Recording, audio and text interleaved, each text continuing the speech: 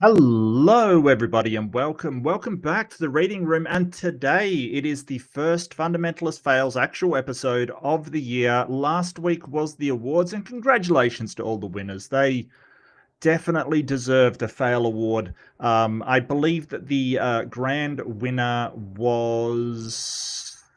Oh, I think I've forgotten. Who was the grand winner? The gold went out to. Um, Oh, wow, I can't even remember my own show. I can't even remember my own show. Anyway, this is the first episode of the year. It was a fantastic episode last time. I had a ton of fun, even though I've mentally blanked on stuff. I'm very tired. I'm very tired. And what makes me tired is religion. That makes me tired. Absolutely makes me very, very tired. I think that this week I found a Catholic to pick on because why not? Like, it's the Catholics. Why not? Catholics probably deserve it. I don't know if they're a fundamentalist, but hey, it doesn't really matter. They are completely weird in a certain way. Absolutely weird. Oh yeah, it was Troy Black. Yeah, so I gave the gold to Troy Black for his um Big Bird Prophecy, and I wish I was joking about that. I really do wish I was joking, but the Big Bird Prophecy. Yep, yep, yep. Okay, fantastic. Thank you so much for coming, and yeah, don't forget to like and subscribe. Hit that button, but we'll get started as soon as possible. And this one, okay, so this video really attracted me because it had so much of sort of the Catholic dogma in it. Oh, and stop the stupidity strikes again. Okay, you can't stop the stupidity, and you can't stop the stupidity from doing awesome stuff. It's impossible, apparently. Thank you so much, STS. Really appreciate it. Wow, what a guy. And yeah, always appreciated. It keeps the channel running, keeps me relatively sane. Relatively, don't forget the relatively on the start of that. But those go out to, and I got to warm up my voice now. You love it. It's kids love Satan better than Amber. I'm sorry, I'm probably gonna wake my wife. I don't want to shout. I'm gonna like tear the house down. But Amber, Amber, got one right-handed. This probing time and objective ethics, who I may actually have a debate against objective ethics coming up, whether morality is objective or subjective. So I'm going to take the subjective side. That should be really interesting, and it should be a lot of fun. Should be a lot of fun. But thank you so much, Stop the Stupidity. Winners, winners, chicken dinners for everybody. That's awesome. Thank you. Thank you so much. Yeah, absolute champ, and big supporter of the channel. I really appreciate it. Anyway, who have we got on the menu today? Menu. We're not cannibals. We're not going to be eating him, but we're definitely going to be dissecting a lot of the stuff, because a lot of the stuff I was kind of familiar with, like, but some of it I wasn't. So it goes into a lot of the Catholic dogma about certain things. And, maybe he's not a fundamentalist. Maybe he is. I don't know. But it's kind of weird and odd. So we're starting off 2026 with an end times prophecy for 2026. And you know what? It always occurs to me, right? When you have things that are happening that are terrible on a scale like, oh, it's Venezuela and all of these bad things, I think, do you ever find yourself saying, and left-handed Jedi for $10, the Save Mark's Voice Fund? Yeah, I'm fine. I'm fine. Thank you so much, though. I really appreciate it. You really appreciate it. Thank you so much. Save my voice? Never. Never. I will destroy my voice every single time. It's worth it, man. It's worth it. I stand by my decision. I stand by it, all right? I'm not going to stop. You can't stop me. I mean, this level of cringe is unstoppable. You just wait. But thank you. Anyway, so when we see all of these bad things happening in the world, we're like, well, what if the Christians are right? And you can see why it sort of makes sense, or why you would think the world is ending because of all of these events. But I try to remember that these events, they've happened before. This oh well, this could be it, has happened so many times before, and we're still around, right? Like the 2000 crash, the um, Cuban Missile Crisis, right? That was going to be World War III. People pointed and said, "Hey, this is it. This is it. This is the end time." They keep saying it, and every time things get bad, they keep saying it. So 2026, we're going to start with a good old end of times prophecy. But while we're watching it, remember that they've said it so many times before, so many times before. So don't get really worried. It's not the end of the world. Or at least I don't think so. But if it is, we had a good run, right? We had a good run. A fairly average run. Maybe not the best run. Fair, yeah, it wasn't bad.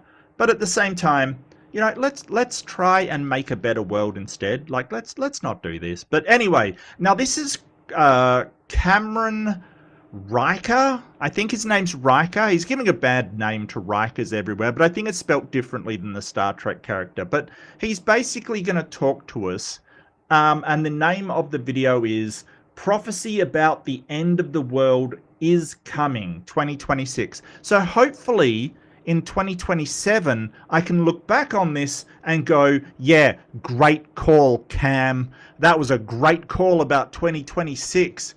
Yeah, tool. That's what I'm hoping for. And you know what? If the world does end, I'm not going to be around to do it. So, and I won't know about it. So, that's fine. That's fine. Either it's a win-win for me. I can either laugh at him or I won't know about it. It's a win-win. Total win-win. Yes, Tim Tam Slam. Yes, thank you. Thank you for mentioning that. Like, you're going to make me hungry, but yes, Tim Tams and the Tim Tam Slam is amazing. I'm sorry, it is incredible. If you haven't had it, oh boy. Anyway, so this is Cameron Riker. I'll turn him up slightly. I can slow him down if he's too fast. But let's see about his end of times prophecy and where he's getting this information from. The Blessed Virgin Mary's prophecy about the end of the world is coming true right before our very eyes. In this video, I want to walk you through about 800 years of Catholic prophecy and explain how it all points to this moment. If you 800 years. 800 years. I'm not sure I've got that long. Why does it point to now, rather than, say, the Cuban Missile Crisis or any of the major events that have happened over the last 100 years or so? Why is it now? Like, is there any reason why we should think it's now? Stick around to the end of this video. I guarantee you'll have a good understanding of these prophecies and why I think we're very close to the end of the world. And the first thing we have to look at is a vision that Our Lady gave to St. Dominic and St. Why did he have headphones on and then suddenly he didn't? What's going on there? What? Did he need the headphones for something? Okay. I don't know. I think we're very close to the end of the world. And the first thing we have to look at is a vision that Our Lady gave to St. Dominic and St. Francis. And she's okay, so St. Dominic and St. Francis, and I had to look this up because I'm not familiar with the, the characters portrayed in the Catholic Church, but they lived about the 12th century, so 1100 to 1200 roughly. Both of them lived at the same time. So, we're talking all, 800 years ago, which is great. He can make more money by saying now, yeah, no, I gotcha. Yeah, it's always imminent. You gotta give those bucks to the Lord and get yourself right with the Lord, because if you don't pay him, you're going to be left behind on the rapture, and we don't want that. We don't want that, so it's always imminent. Said this, that the whole duration of the world rests on a certain conditional prolongation obtained by the Virgin Mary in the hope of the correction and conversion of the world by the aforesaid orders, which would... Now, do you notice that St. Vincent is neither St. Dominic nor St. Francis? So this is St. Vincent's sermon on the feast of St. Dominic. So basically it's some guy saying these two said this a while ago. Now, there's no record from St. Dominic or St. Francis that they ever made any kind of prophecy, right? Like, there's no real record of it. Indulgences, yeah, damn right. Damn right. First, from the revelations made to Saint Dominic and Francis, which I have spoken of previously. By this revelation it is made manifest that the whole duration of the world rests upon a certain conditional prolongation obtained by the Virgin Mary in the hope of correction and conversion of the world by the aforesaid orders. Right, so basically what they're saying is that Mary gave us a time extension so that these two, the Dominican and the Franciscan orders, could convert people. That's basically what he's saying. But this wasn't said by Saint Francis or Saint Dominic, which are the originators of those two Catholic orders. This is said by Saint Vincent, a guy who came much later, like 250 years later, saying, hey, these two had this vision. Okay. Be the Franciscans and the Dominicans in this case. So already in the 12th and 13th century, we see this idea that the whole duration of the world rests on a certain conditional prolongation obtained by the Blessed Virgin Mary. What does that mean? Well, if you look at St. Vincent Ferrer's writings, who we're going to look at in just a second, he says that God intended to end the world in the 14th century. The Black Plague, the Great Western Schism, all these things are going on, and St. Vincent Ferrer basically writes that God himself had it, and he was going. Yeah, and it's probably because people around the 12th and 13th century thought that the end of the world was imminent. Right?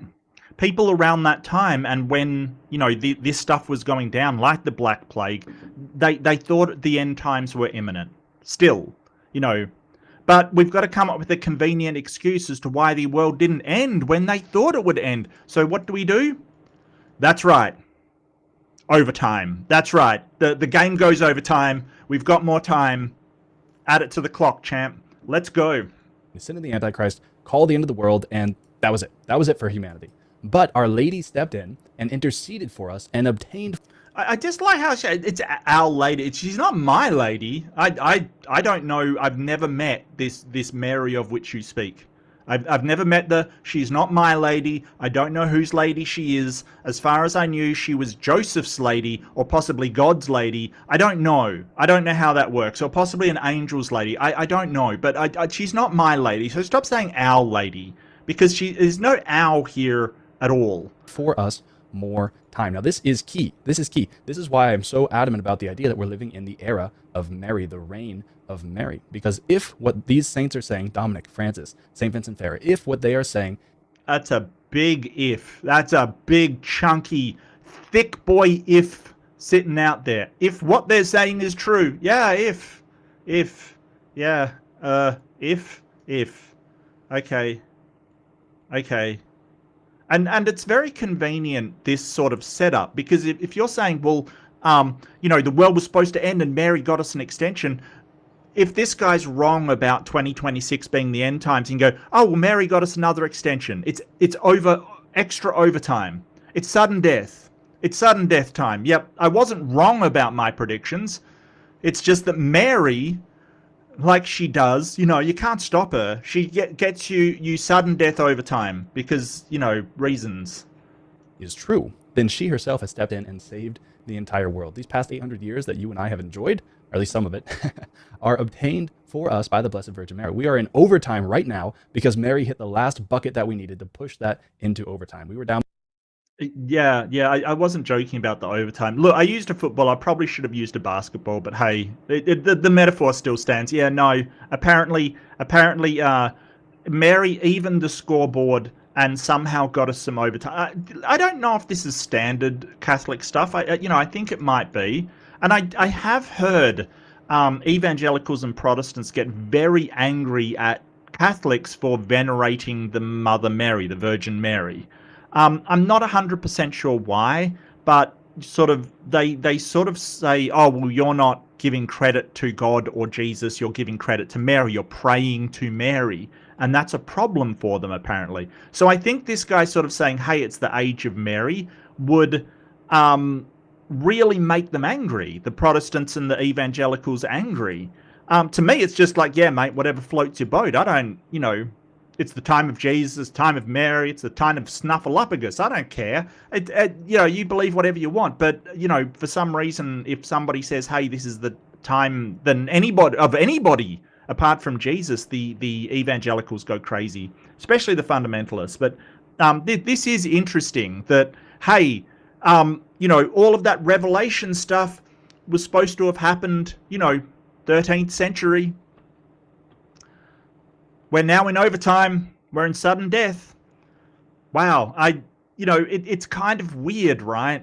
Like, how does somebody change the plan? And wasn't Revelations written to, like, say, hey, I mean, it makes sense if it happened in the 13th century, because Revelations talks about armies coming from the east with swords and spears, and shields and things. Like, I don't know how you get that in modern age unless there's a, thermonuclear disaster and we're all bombed back to the Stone Age, it makes a lot more sense a while ago, but it obviously didn't happen, right? So what do? We say, hey, it didn't happen.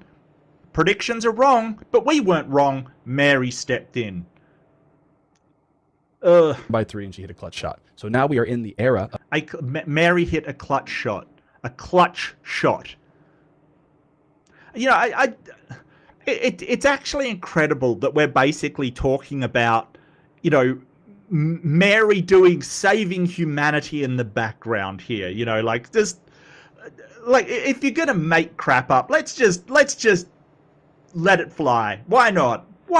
Let's just, hey, we were saved from eternal tickling by, I don't know, Mike Tyson. What are we doing here, people? Like, seriously. Of Mary, the reign of Mary. This is what Francis, Dominic, and St. Vincent Ferrer are all saying. They're quite adamant about this point. And if you're saying, whoa, that's unbiblical, whoa, that's too much, that's too far, well, this is nothing new. Look at Exodus chapter 32. I don't think you want to point to that chapter. Of all the chapters you can point to, Exodus 32, right? Like, Exodus 32 is not a great chapter, right? It's not. It's really not.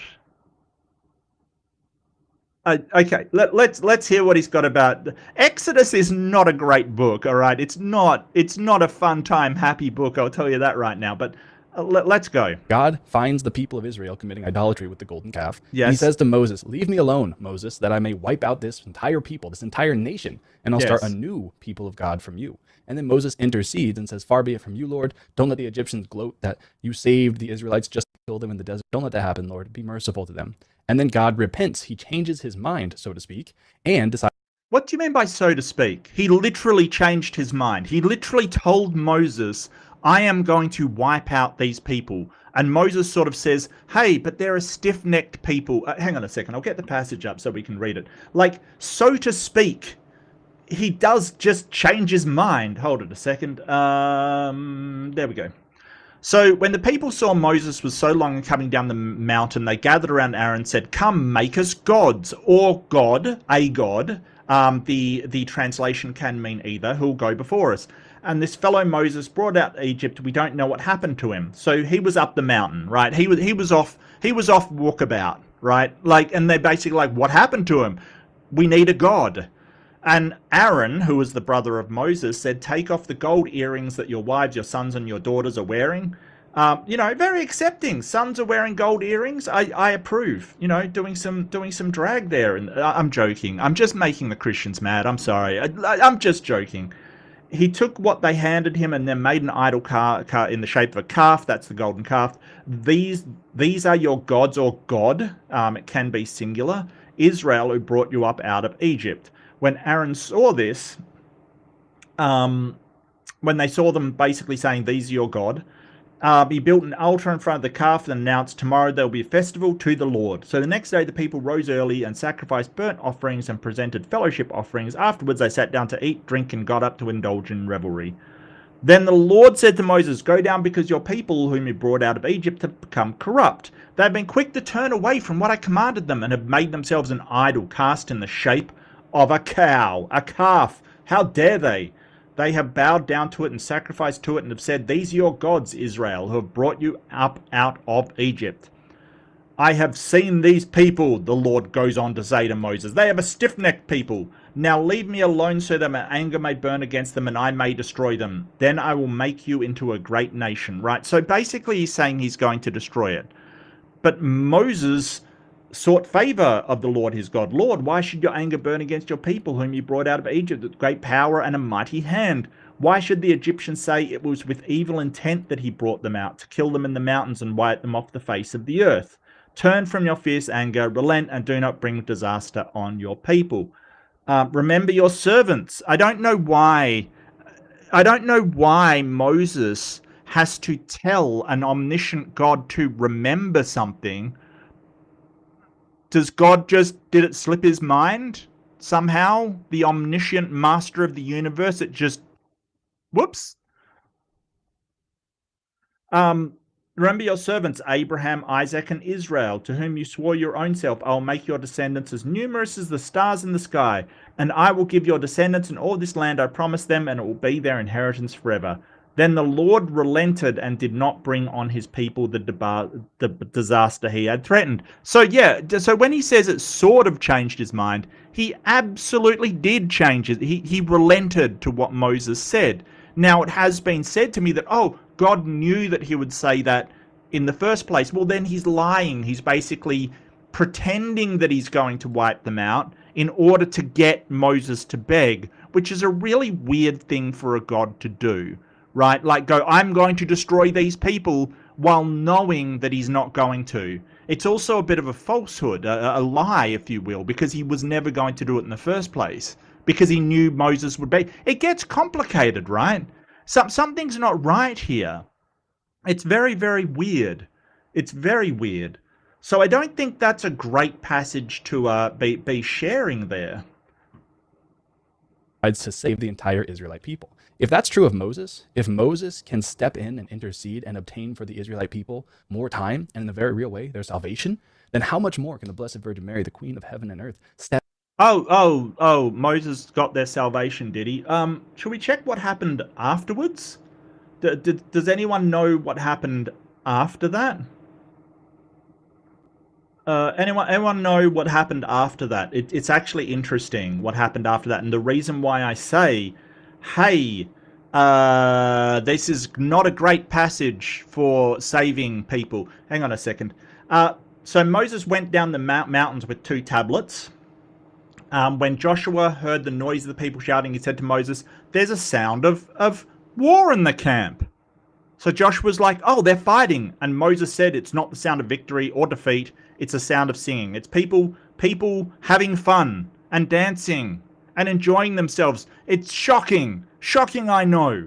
Dancing, of all things. This is like Footloose, isn't it? It's like, you're not allowed to dance. Dancing is bad. When Moses approached the camp and saw the calf and the dancing, how dare they? His anger burned and he threw the tablets out of his hand, breaking the pieces.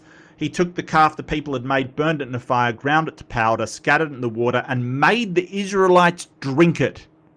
Yes, drink it. Gold. I feel like Moses is not financially responsible. Like, he's got gold and he just makes them drink it. I mean, what the hell was he trying to do? Make them crap gold? I don't know. And that can't be healthy. I don't know. That's weird. He said to Aaron, what did these people do to you that you led them into such a great sin? And this is Moses. Don't be angry, my lord. You know how these people are evil. They said to me, make God so... I mean, Aaron didn't take a lot of convincing. I mean, all they said was, come make us gods who will go before us. We don't know what happened to Moses. He didn't take much convincing, let's face it. What happened then? make us gods to go before us. As for this fellow Moses brought, we don't know what's happened to him. Yeah, so that's basically what they said. It's not exactly twisting his arm. Like, I feel like Aaron's trying to blame all of the people. It's pretty, you know. So I told them, whoever has any gold jewelry, take it off, and they made a calf out of it. Moses saw that the people were running wild, and Aaron had let them get out of control, and so become a laughingstock to their enemies. How would their enemies know? How did the Egyptians know? Did the Egyptians have a satellite or drone footage or something? I'm very confused as to how they know what they're doing. So he stood at the entrance to the camp and said, "Whoever is for the Lord, come to me." And all the Levites rallied to him. So that's basically the tribe of Levi, who did have a special place in sort of the Israelite or the Canaanite sort of structure as the priests, basically. So yeah, they were the priests, essentially.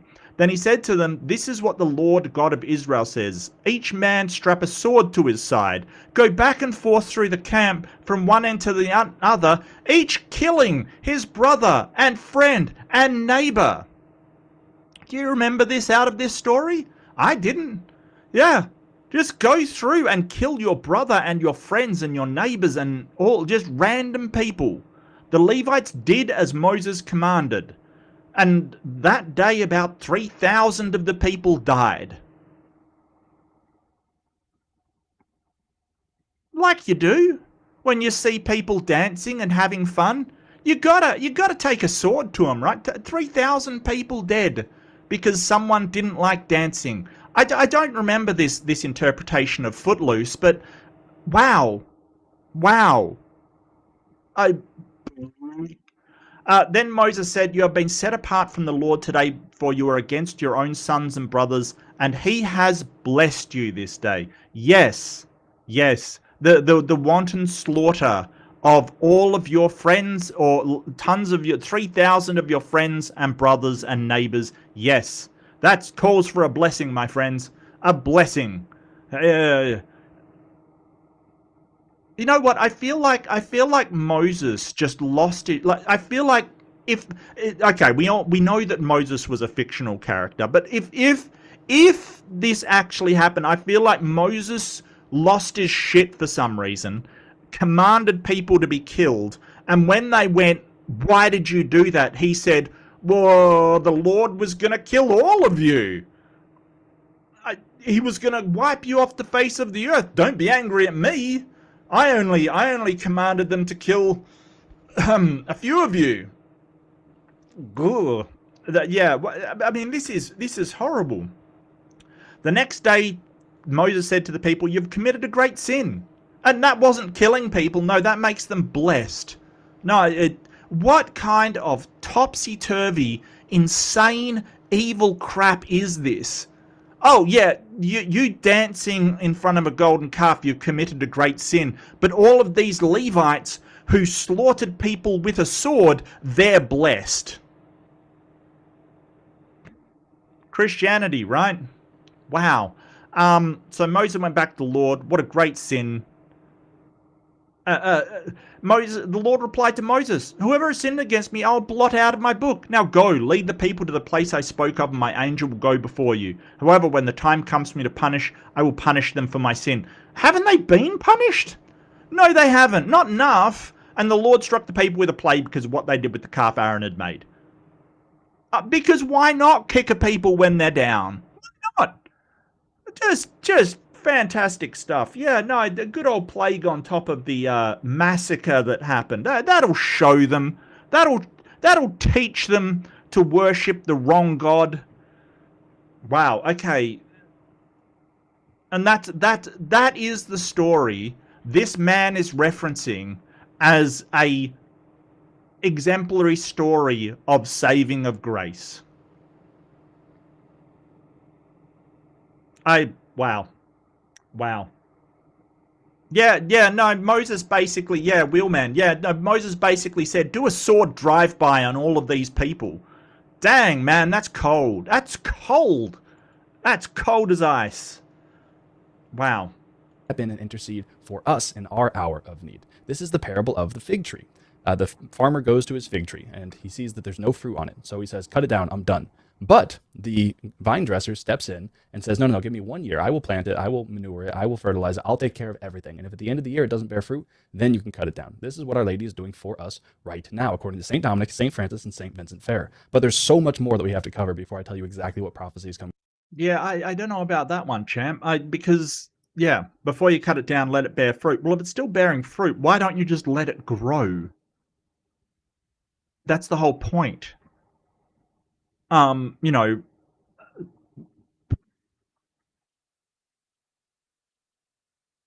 I don't know. It's very, very strange because he's cutting it down because it doesn't bear fruit. If it's bearing fruit, he's not going to cut it down.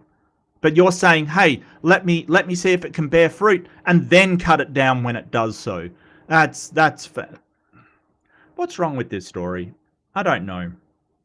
True right now. Now, this next quote also comes from St. Vincent Ferrer. By the way, if you want to see where I'm getting this information, I'll include a Google Doc in the description of this video, and all the links and all the quotes are there for your perusal.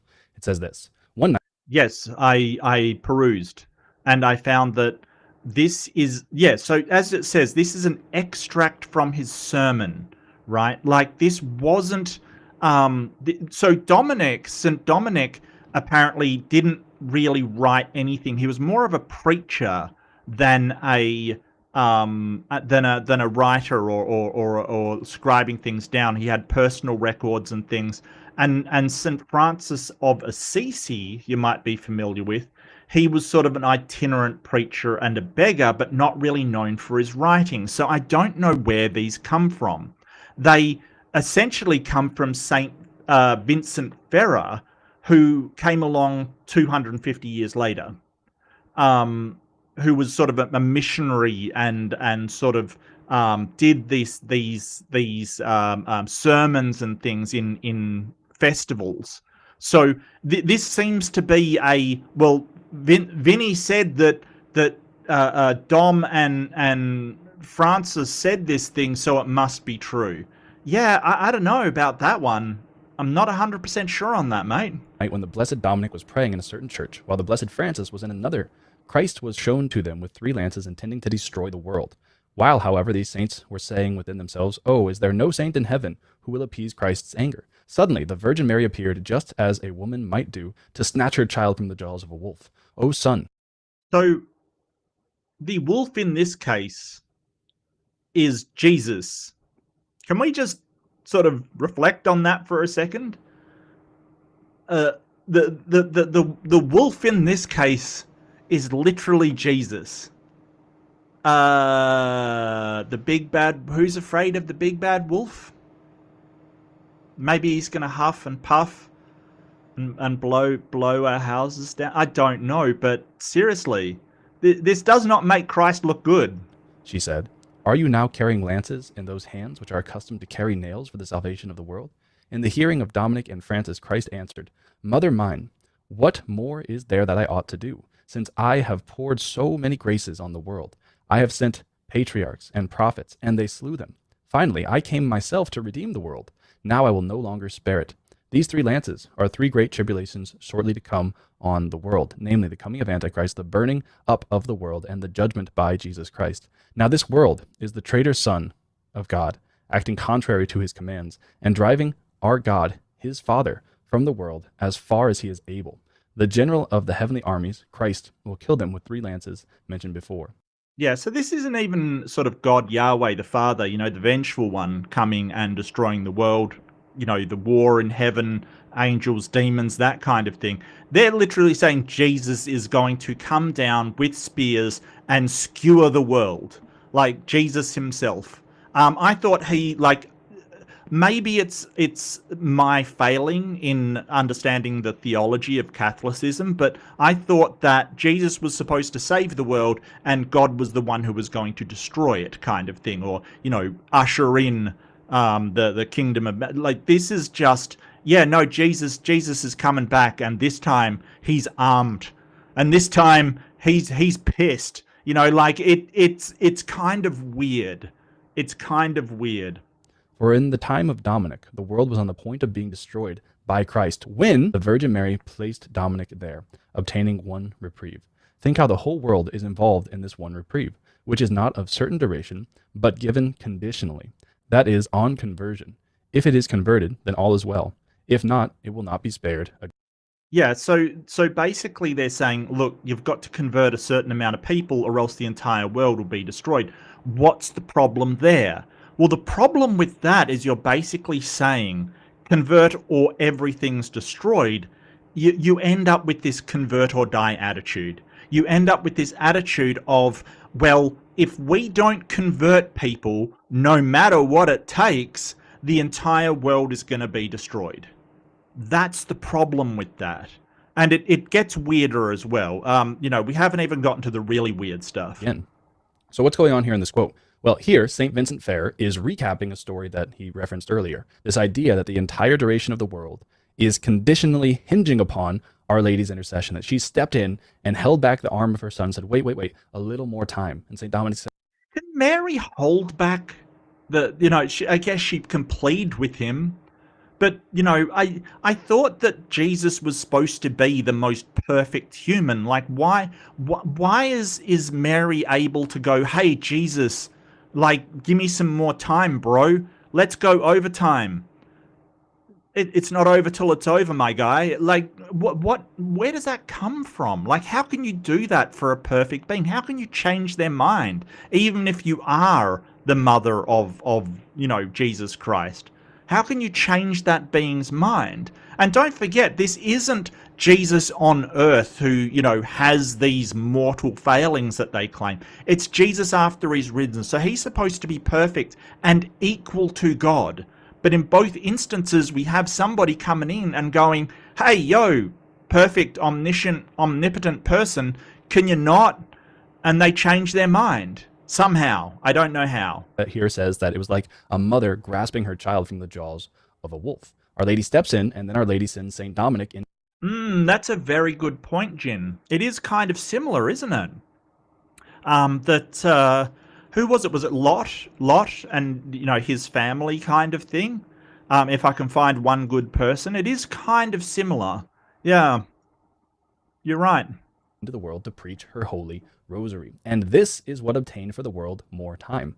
Our Lady's intercession, and Our Lady placed St. Dominic into the world to spread devotion to the holy rosary. Yeah, and Catholics and rosary, I don't think anybody else gets into the rosary. It's kind of a bit weird. Nobody else has this rosary obsession going. I'm not sure why they have a rosary obsession.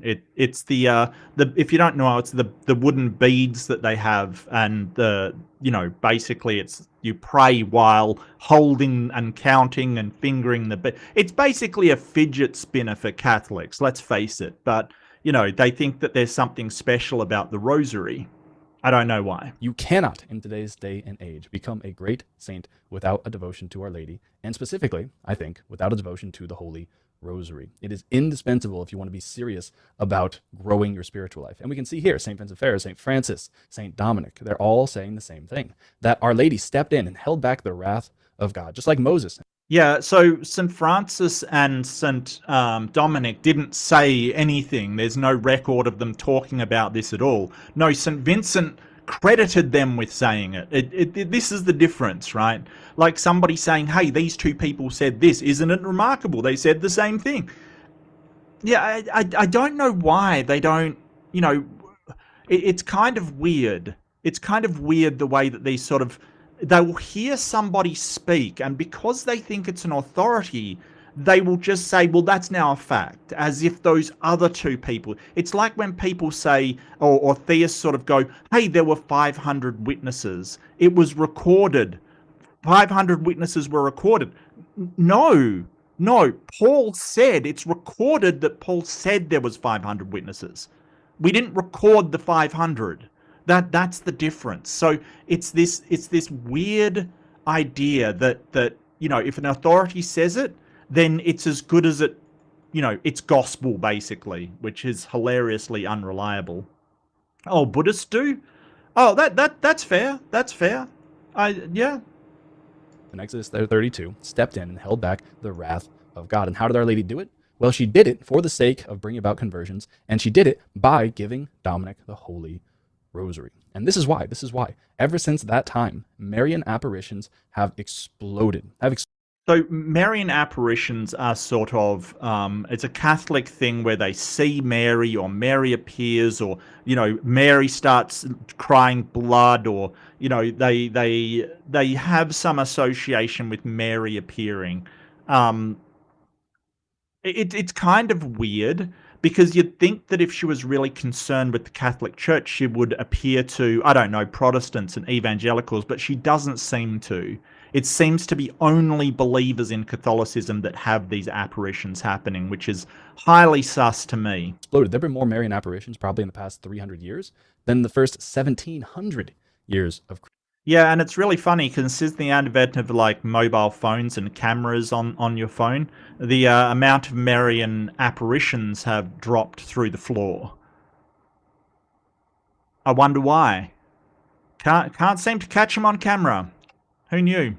They're just maybe Mary's camera shy. I don't know. Maybe she doesn't want the spectacle. I don't know, but I find it very sus. Christianity. Why? Because we are in the era of Mary. It's that simple. Right here, right now, we need to turn to Mary to overcome our spiritual battles. It's that simple. And I have a bunch of other quotes and prophecies here that are really going to hammer this point home. But the first point that we have to understand from Vincent Ferrer, Dominic, and Francis is that we are living in time.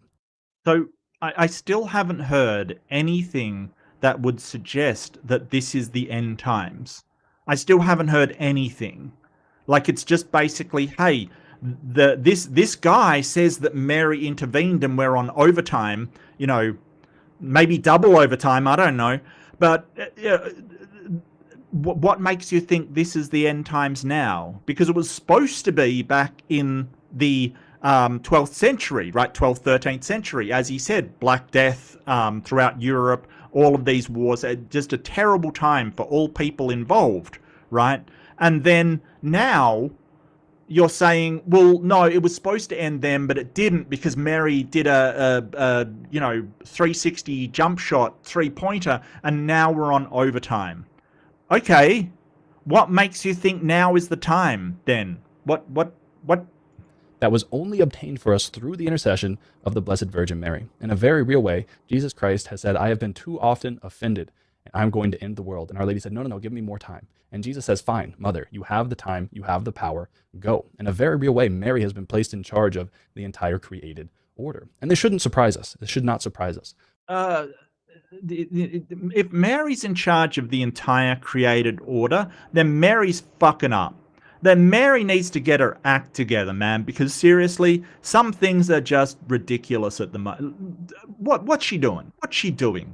Like, seriously. What was this whole pandemic thing? Like, what are you doing, Mary?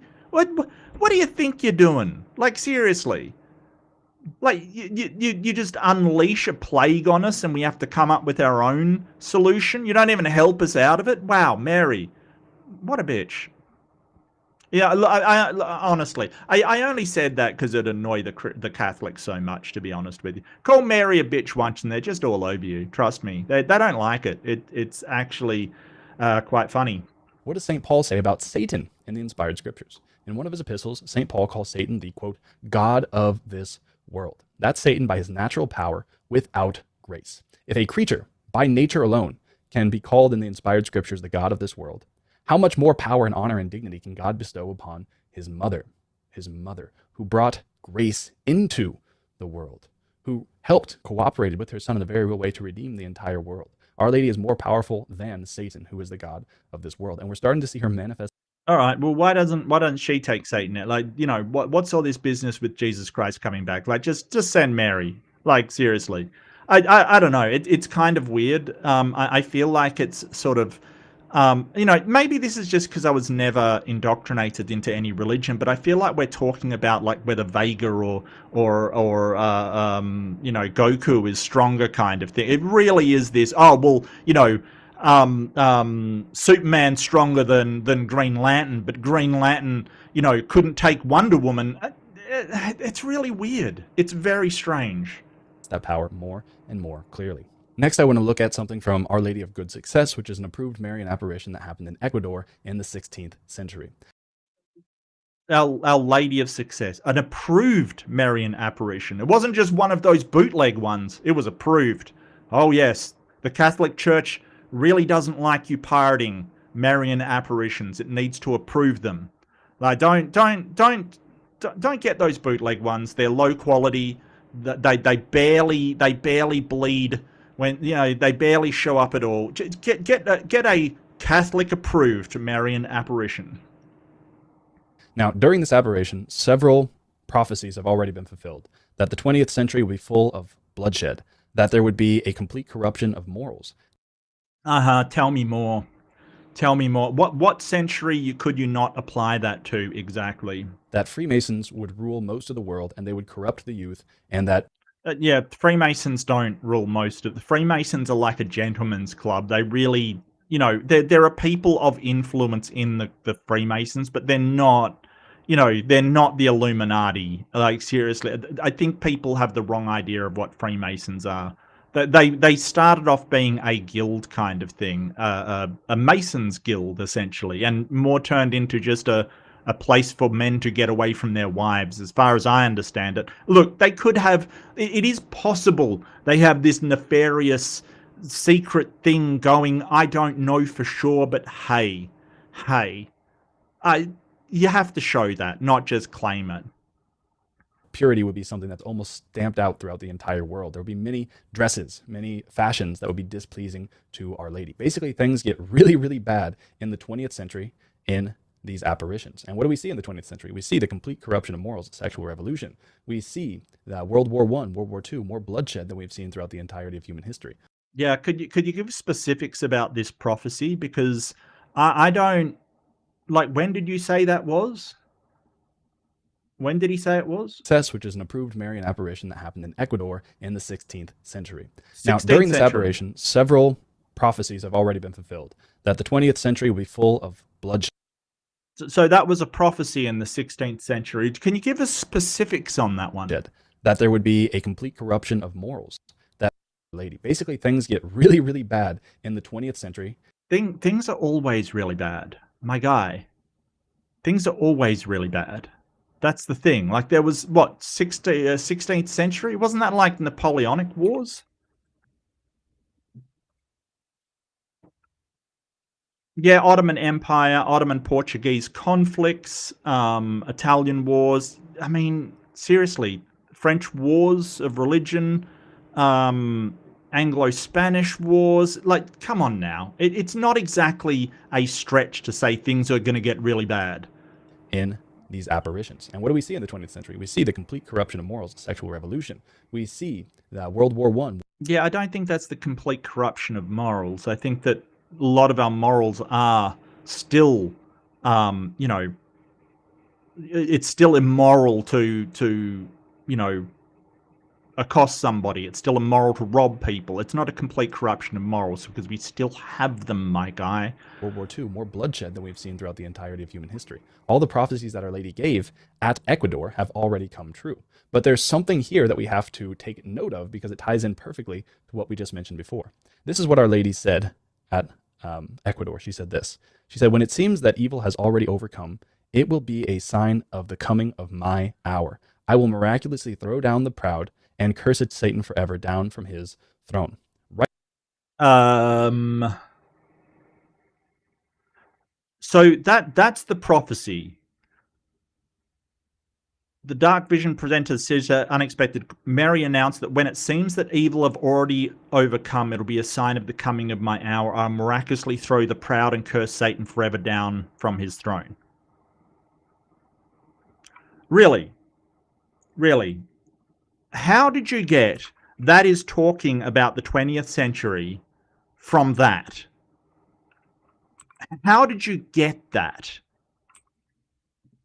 Like, where does it say it will be more bloodshed than ever before? What this is not.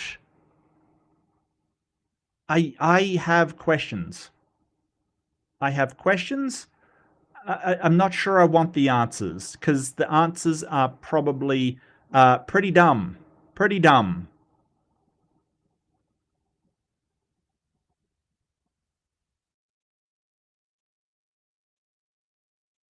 So it's a spiritual catastrophe shortly after the middle of the 20th century. Do they realize it's the 21st century? Do they realize it's the 21st century now? It's not the 20th? Like, the 20th century is... it's the 21st now. The middle of the 20th century is like 1950s. Okay. I will miraculously throw down the proud and cursed Satan forever down from his throne. Right now, we are seeing the full fulfillment, the full force. Yeah, so according to what I'm seeing here, it said that the apparition of Our Lady of the Good Event, or Our Lady of Success, predicted a spiritual catastrophe in the Catholic Church and society beginning shortly after the middle of the 20th century. Okay, the 20th century is 1900 to 2000, right? We're in the 21st. Like, what are you talking about? Like, so when you're talking about, we've been completely corrupted, all of our morals are corrupted, you're talking about 1950s, not like now. It's so weird. Of these words come to effect. Our Lady said that her hour will be ushered in by the apparent victory of evil. Now, she's talking specifically at Ecuador whenever she's going through these apparitions and these quotes, but we can take this and apply it to our own lives as well, because what happened to Ecuador is just a microcosm of what's happening in the entire world right now. In the middle of the 20th century, like 1950s. My guy, how long is this supposed to go on? 1950s. Come on, you cannot be this stupid, like, seriously. Shortly after the middle of the 20th century. Evil seems to be winning many battles, and it's starting to fail. The darkest part of the night, I think, is either over or just about to come, and then the reversion of the world and this prophecy that's about to be fulfilled that we'll get to here in just a second. So moving on now from Ecuador, there is a saint that you've probably heard of called St. Louis de Montfort. And St. Louis de Montfort, all throughout his writings, is adamant about the fact that Our Lady crushes the head of Satan. Our Lady wins the final battle. Hold it. That's a fact? He's adamant about... Look, I don't know if you have a different idea of what a fact is, but that is not a fact. My guy, that's a claim. That's a claim. The greatest saints that we've seen since the time of the apostles. And these are the men and women who win the decisive battle in the name of Jesus by the power of the Holy Spirit and with the intercession of the Blessed Virgin Mary. Okay, I didn't look him up before, but Louis de Montfort was 1673 to 1716. So he was 17th, 18th century, which, is a fair while ago, but it's not from about the time of... I'm not sure where he's going with this. I really do not. This is what St. Louis de Montfort writes in his book, True Devotion to Mary. He says this: "But Mary's power over the evil spirits will especially shine forth in the latter times, when Satan will lie in wait for her heel, that is, for her humble servants and her poor children, whom she will rouse to fight against him. In the eyes of the world, they will be little and poor, and like the heel, lowly in the eyes of all, downtrodden and crushed, as is the heel by the other parts of the body." I'm sorry, is your heel doing different things than mine? Like downtrodden and crushed? When you walk, do you crush your heel? This man has weak bones, okay? I gotta say it. He has weak bones. I'm sorry, but I don't crush my heel. That is a bad analogy. My God, you gotta get a better writer. Like, seriously, that's terrible. Because we don't crush you don't crush your heel, like destroy it upon walking. You just tread on it. Like, I like my heel. Heel kicks are cool. What are you talking about? But in compensation For this they will be rich in God's graces, which will be abundantly bestowed on them by Mary.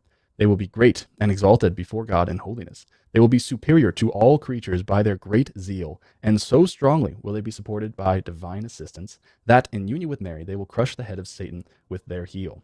That is their humility, and bring victory to Jesus Christ. Oh, okay. So spinning heel kick for Satan. All right, got it. Right. So all of the Catholics who believe in Mary is going to do, Chuck Norris spinning heel kick and absolutely take out Satan. Right.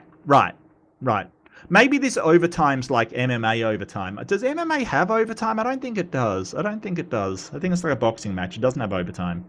We right now are at the end times. And St. Louis de Montfort here is saying quite clearly, towards the end of the world, Mary's power over the evil spirits is exaggerated. Why is that now? Why is that now? Like, why is that now?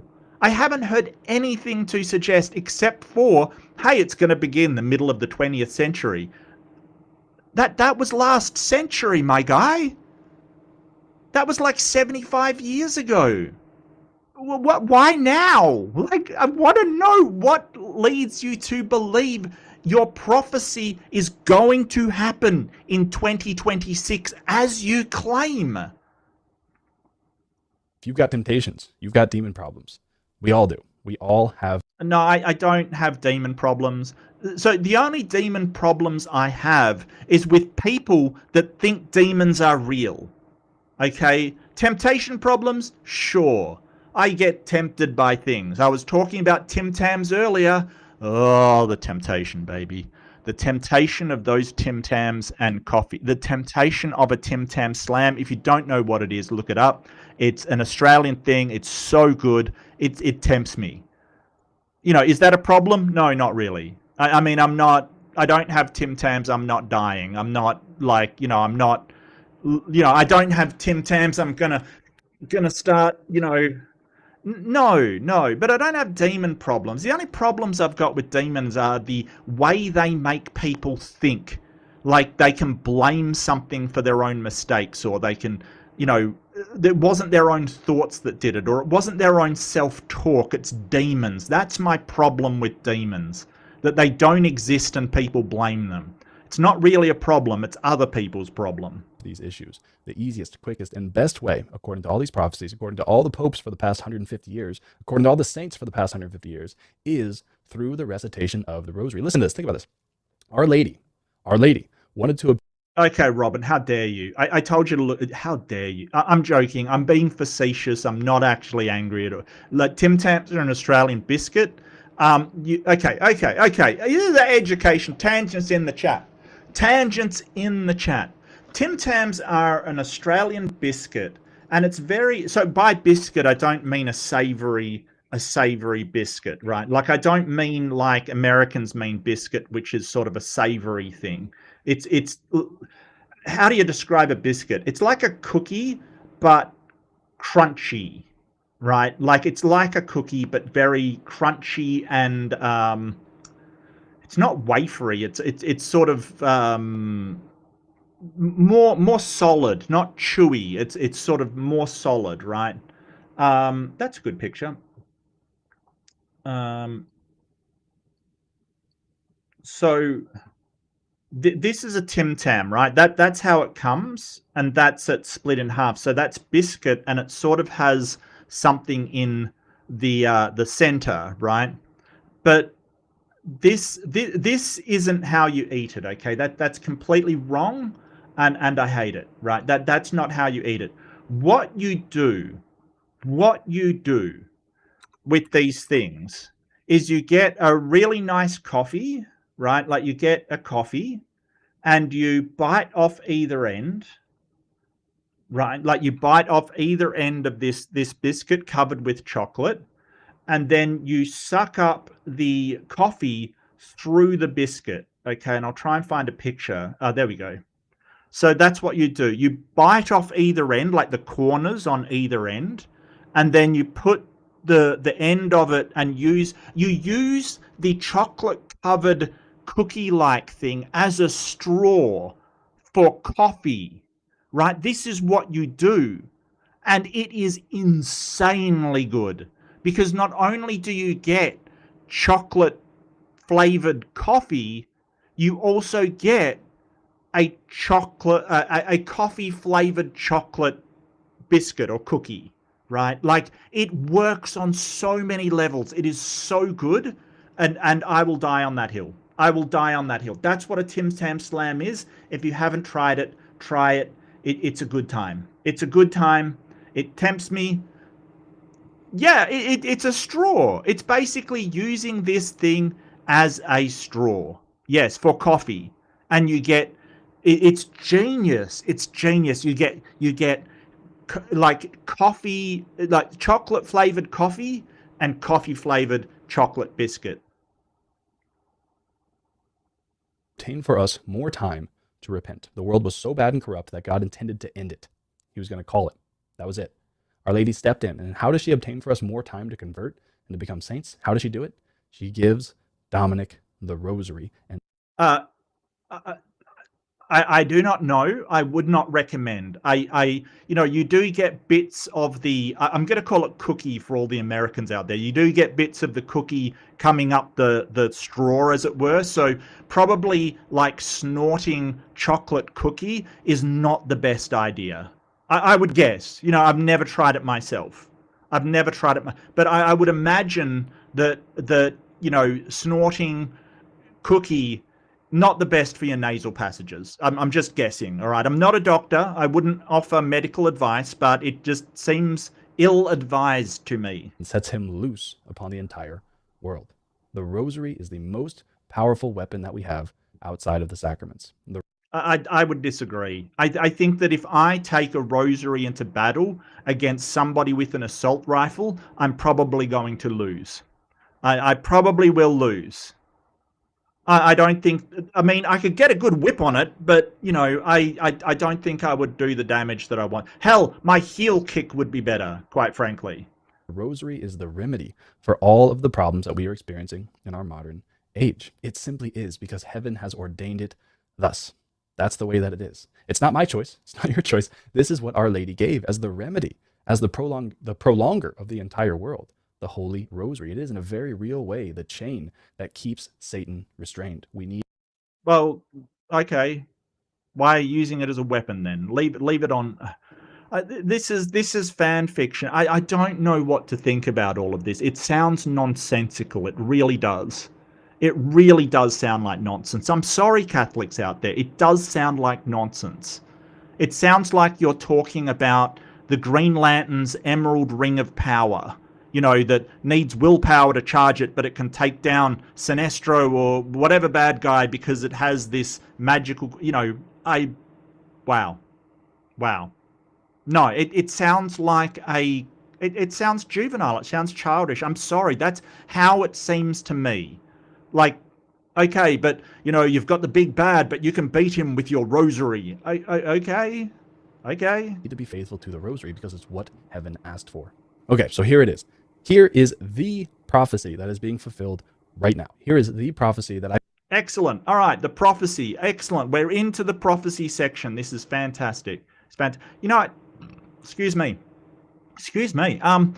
You people are making me hungry. I'm just gonna throw that out there. I might see if Lynn's around to get me another coffee because you people are making me. Well, I'm making myself hungry. I really am. I don't know why I'm blaming chat. I guess chat's there. It's easy to blame. Why not? Chat's easy to blame. It really is. I believe you and I will see fulfilled within our lifetimes, probably very soon. And there's signs that this is really starting to happen. There's actual data to back this up. Oh, what data? Yeah, no, I did the data. Yeah, no, I'm sure we'll find lots of data. I will expect citations. I will expect papers. I will expect statistical analysis. Give me the data. I say data. You say data. Data. Let's tear the whole thing down. But this is what Our Lady said at Fatima. She said this, quote, "If my requests are heeded," and her requests were the consecration of Russia, that people would pray the rosary daily, that's you, that's me, and that people would do the first Saturday's devotion, which you and I can also do. "If my requests are heeded," said Our Lady, "Russia will be converted, and there will be peace. If not, she will spread her errors throughout the entire world. causing wars and persecutions of the church, the good. Okay. So for a start, this is 1917, right? Like, so World War One or already begun. Russia's already a thing, right? So the war had already started. The Russian Revolution had started in 1917, right? Like, so the Russian Revolution was basically where, essentially the communists took over Russia, and essentially they took a lot of power away from the Eastern Orthodox Church, right? So this is claimed to be a prophecy, but if you look closely, it's not a prophecy, right? It's not saying this will happen. Notice the first word, if my requests are heeded. This is couching, right? It's basically couching it to say, oh, it could happen or not, depending on the circumstances, right? It's very important. This is a if my requests are heeded, this will happen. And this is a problem because it's not prophesying something. It's saying, hey, there's a conditional that may or may not come true. So it's absolutely not a prophecy. Good will be martyred, the Holy Father will have much to suffer. Various nations will be annihilated. In the end, my Immaculate Heart will triumph. The Holy Father will consecrate Russia to me, and she will be converted, and a period of peace will be granted to the world. Yeah, so Holy Father will consecrate Russia to me, right? So this is Our Lady of Fatima, 1917. You might be familiar with Our Lady of Fatima. It's where people saw visions or Marian apparitions en masse in Portugal, Fatima, Portugal. There's a lot that I knew a fair bit about this, but there was a lot that I didn't know as I found out as I researched this. This is the prophecy that's coming true. 1984, Pope St. John Paul II consecrated Russia to the Immaculate Heart. There was some concern about if it was done correctly or not, but Sister Lucia, who is the visionary from Fatima herself, said that heaven had accepted the consecration. What does that mean? It means... Well, where's the peace? Didn't it say there will be peace if Russia's consecrated?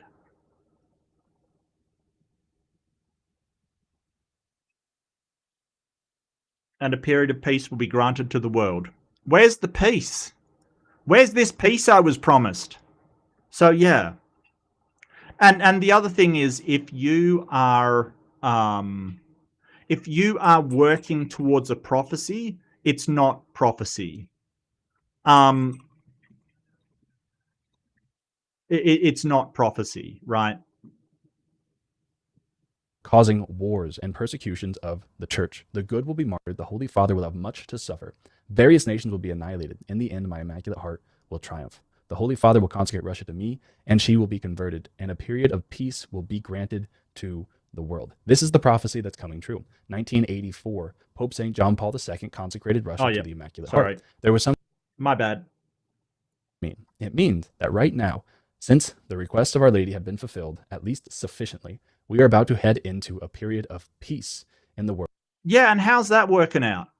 How's that working out? Ask Venezuela how peaceful the world is right now. Yeah, that happened. Sure. Whoops. I think he made this this call a little bit early. I think. Methinks. So it's important to understand. I mean, it's kind of important to understand. It's not essential, but it's kind of important to understand the relationship between the Eastern Orthodox Church and the Catholic Church, right? So the Eastern Orthodox is the Russian Orthodox Church, the Greek Orthodox churches. They basically have a different outlook on who is supposed to run the church than the Roman Catholic Church.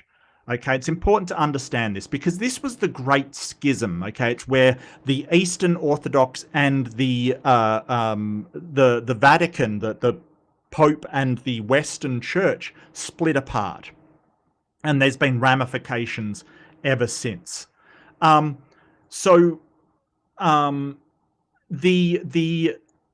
it essentially goes back to Rome and when it split into the Western and Eastern Roman empires, and one of them had the Vatican, of course. The Western Roman Empire had the Vatican and the Western Archdiocese, and then the Eastern was all of the Eastern Archdiocese down through Constantinople, etc., the Eastern Orthodoxy.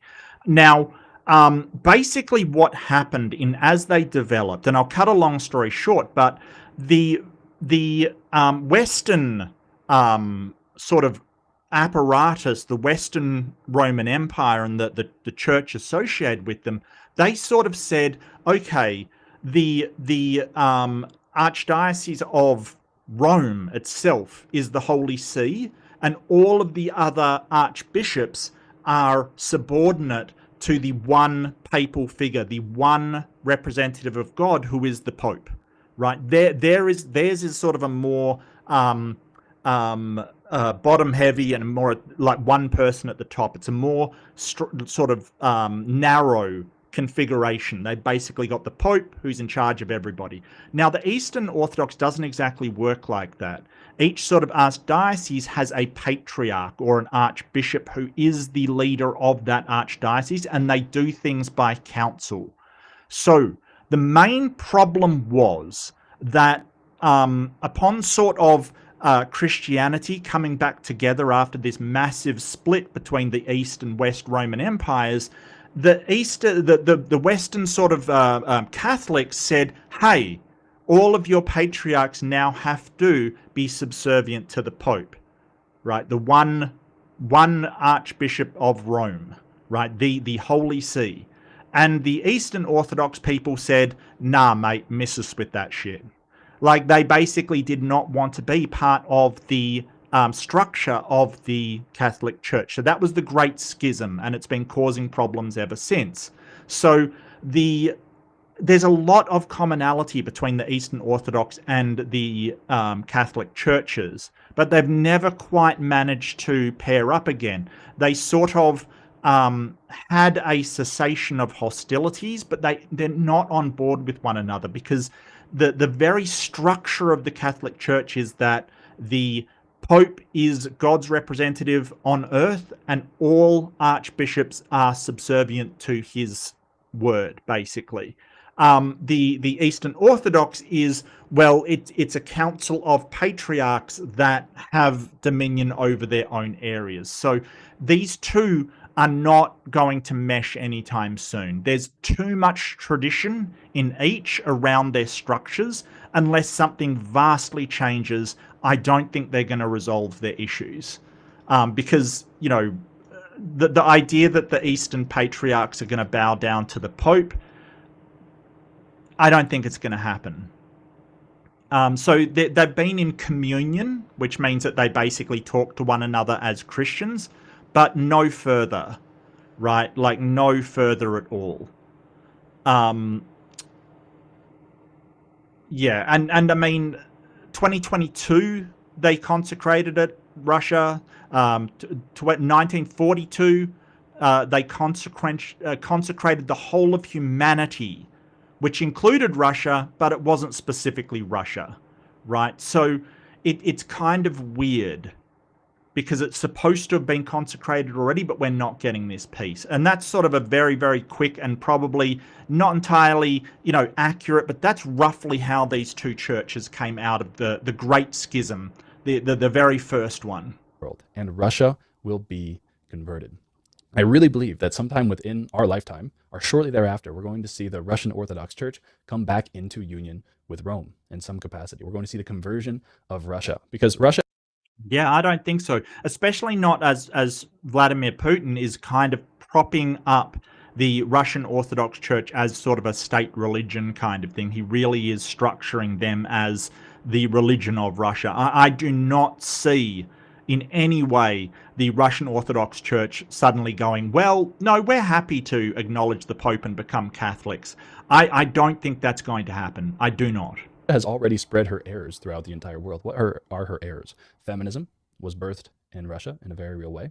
Oh no, not feminism. What's wrong with feminism? I don't.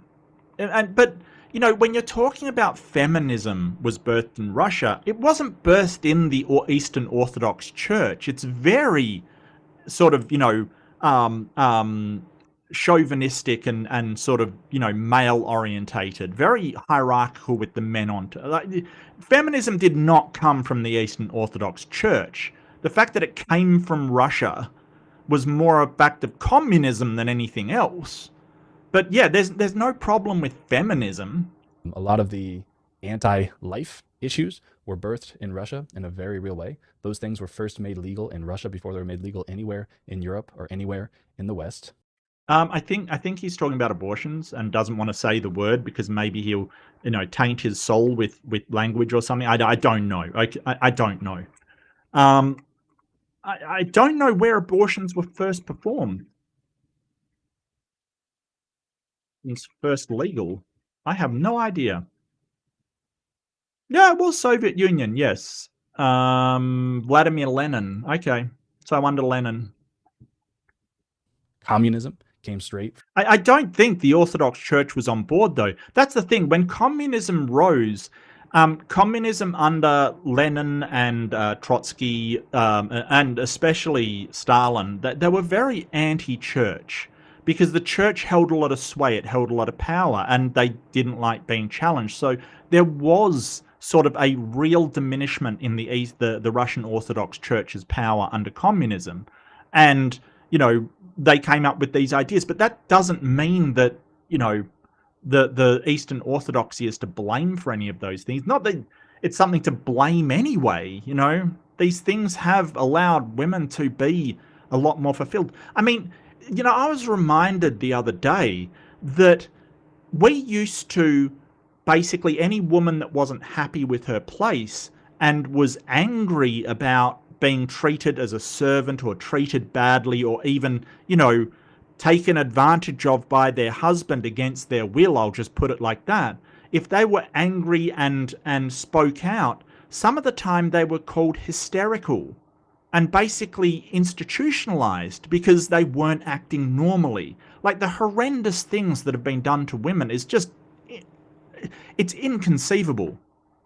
Inconceivable. From Russia. It wasn't thought up in Russia, but Russia really had communism in the strongest manifestation probably that we've ever seen. And Russia was the one spreading communism in the 1950s and 60s. Okay, so that happened in 1917. And we've seen the fulfillment of the consecration by John Paul II. And we've seen millions of people pray the rosary daily and make their first Saturday's devotion. So we are starting to enter into this era of peace that Our Lady was Are we? Are we? Right. Talking about. We are getting there, and we're starting to see this. The number of conversions to the Catholic Church is skyrocketing. It's going off the charts, especially among young people.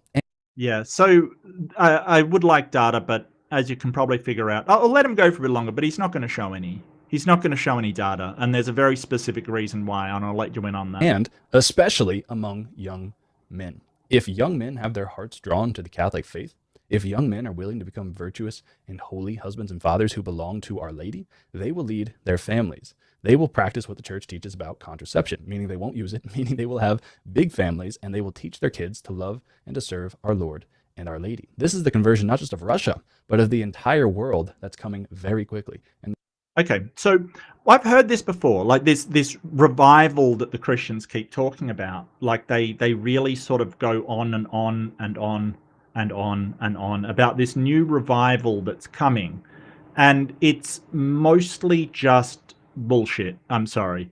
I will grab, I did have, so the question on the revival, this is the Pew Research Center. I usually go to Pew for most of my statistical data analysis because they do a decent job. They're very neutral. I find that they just provide it. So recent polling shows no clear evidence of a revival among young adults. So why do they keep saying this is the question. Well, they're not wrong. And you might, okay, before the atheists in chat get angry, they're not wrong about a swing to more people. So since 2020, that's over the last 5 years, it's gone down about 2% kind of thing. No religion's held stable. Other religions have had a slight uptick kind of thing. So what's going on here? Why are they saying there is a massive revival that is coming through. People are flocking to the churches, kind of thing. I'll just get down to what they're seeing, because there's overall a slight shift downwards. Give me 1 second. I just have to find the statistics. Okay. So entering and leaving, that's Orthodox Catholicism. Entering and leaving Catholicism, right? And this is by date. So this is those born in 2000 to 06 is probably the latest generation. That's when they were born, right? So you've got joining Catholicism after not being raised in it is 1%, basically. Leaving Catholicism after being raised in Catholicism is about 12%, right? Left Catholicism after being raised Catholic is about 13. Raised Catholic, still Catholic is about 13. So those are the people that stay. So if you notice, right, like, so 1% and 13%, it's about 14% there while 12 are leaving, right? It's the case that there are people coming in, right, but not as many as going out. So yeah, they're having families, they're teaching people this, and this is what they sort of say, hey, if we're the ones making the babies, our religion is going to outproduce by sheer childbirth all of the atheists and no religions out there. Well, hold on a second there, champ. That would be true if the only way to make an atheist is to birth one.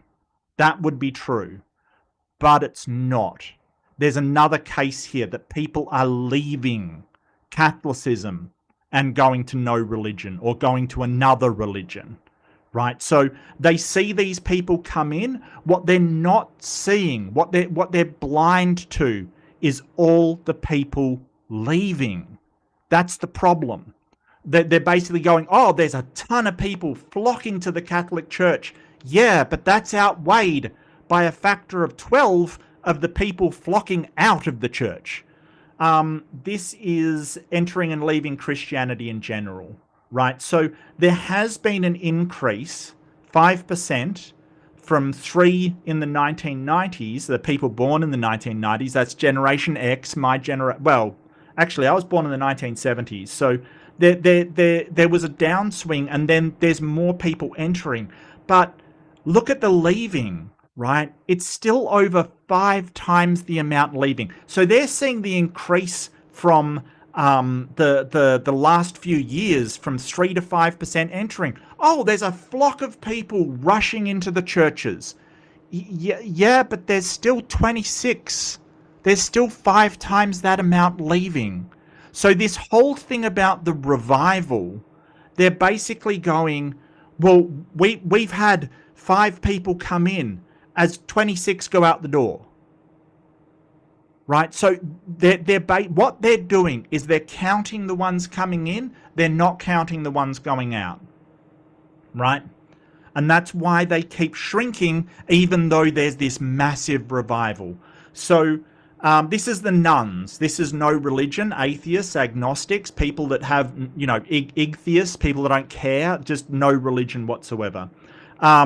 Today's generation, or the new generation coming up, 18 to 24, became a nun after not being raised with one. 25% of people weren't raised as an atheist or no religion and find themselves in that. 5% left nuns after having been raised as one. Yeah, so 5% of people who are raised with no religion will see the light and find one. And sort of raised a nun, still a nun, is 19%. Not raised as nun, not a nun today, is 52%. That's in the United States. Okay, so that means that there's a large amount of no religion people in this new generation. These last 2 generations, a massive amount. A massive amount. So yeah.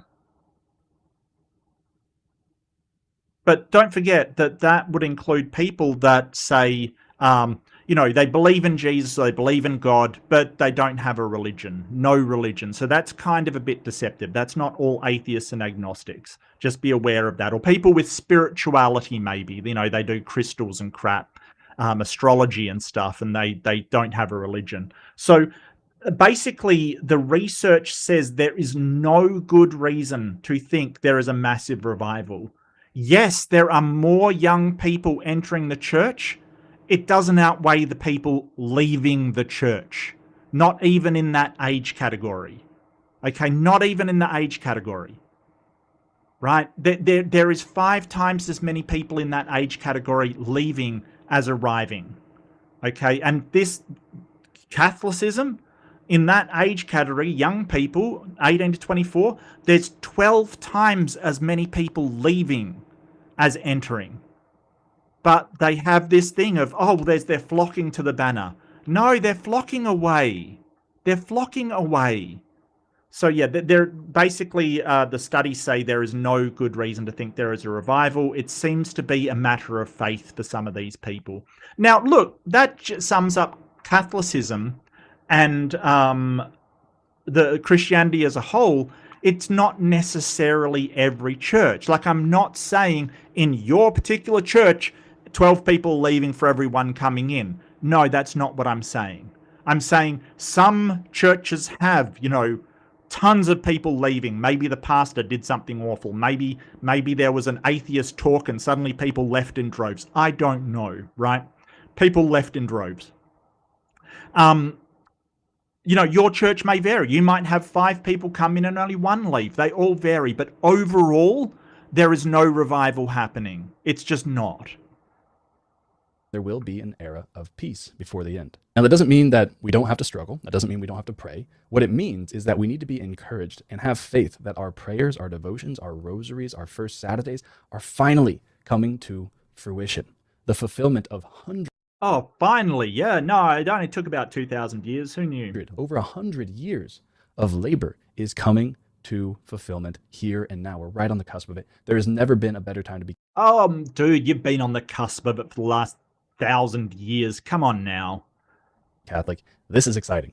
Okay, next I want to look at another Marian prophecy. This one's from Akita, and then I want to look at something that Benedict XVI said while he was the Pope. And this is going to tie everything that we've covered together so you can really understand how to Yeah, I still haven't heard why now is the prophecy times, like 2026 specifically. Because all that is there's going to be wars and there's going to be struggle and there's going to be the consecration of Russia and then peace, which we haven't had. Like, I don't think there's been a section of peace throughout the world in a large degree for quite some time. I mean, if you're talking about the 40s, you had the Korean War, then the Vietnam War, then, all of the Iraq War. Like, where is this peace you speak of? Process this information, how to use it fruitfully, because the point of prophecy is not to scare us. It's not even really to tell us what's coming next so we have some idea of the future. No, the point of prophecy primarily is to encourage you to love and serve our Lord and Savior Jesus Christ more ardently. And knowing what's coming next, knowing the end of the world, knowing our imminent demise, if it may be, it helps us to motivate us to. Yeah, I don't think there's an imminent demise coming. I think that the world's been in a lot worse states than this. Yeah, but there's wars and rumors of wars. Yeah, checkmate, atheists or Aussie atheist. You know what? I'd call myself Aussie atheist, but I really don't like being associated with AA. I dislike them. Take our faith more seriously. So that's how we need to use this information. So this next quote here is probably the scariest in a lot of ways, and it's a little bit longer than the other ones, but I'm going to read this for you and then break it down and then explain what it means and look at how that affects us directly. So this is what Our Lady said in Akita to a sister named Sister Agnes. She said this: "Many men in this world afflict the Lord. I desire souls to console him, to soften the anger of the Heavenly Father. I wish with my Son for souls who will repair by their suffering and their poverty for the sinners and ingrates. In order that the world might know his anger, the Heavenly Father is preparing to inflict a great chastisement on all mankind." This is in 1973, by the way. "With my Son, I have intervened so many times to appease the wrath of the Father. I have prevented the coming of calamities by offering him the sufferings of the Son on the cross, his precious blood, and beloved souls who console him, forming a cohort of victim souls. Prayer, penance, and courageous sacrifices can soften the Father's anger.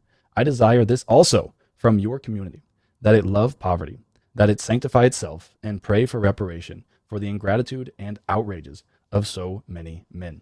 If there's one thing I associate with the Catholic Church, with all of their gold inlaid chairs and all of their expensive accoutrement in their, in the Holy See, with the Vatican just, draped in gold, and their vaults with all this treasure in it, I really associate poverty, don't you? Isn't that something we associate with the Catholic, absolute abject poverty? Yeah, no, that's what I associate with the Catholic Church. Yeah. Okay, so here we see this principle again, that Our Lady and our Lord. Yeah, who said this? And what did they predict? What did they predict? What was the prediction? It doesn't even say who said it. It doesn't say anything. Okay, so here we see this principle again, that Our Lady and our Lord step in and intervene and appease the wrath of God, but we must play our part in that.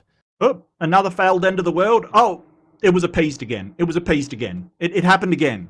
Do you see a pattern here?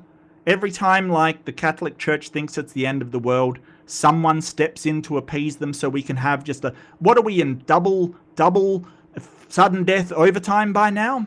Sudden death overtime? I don't know what overtime. How much time is on this clock?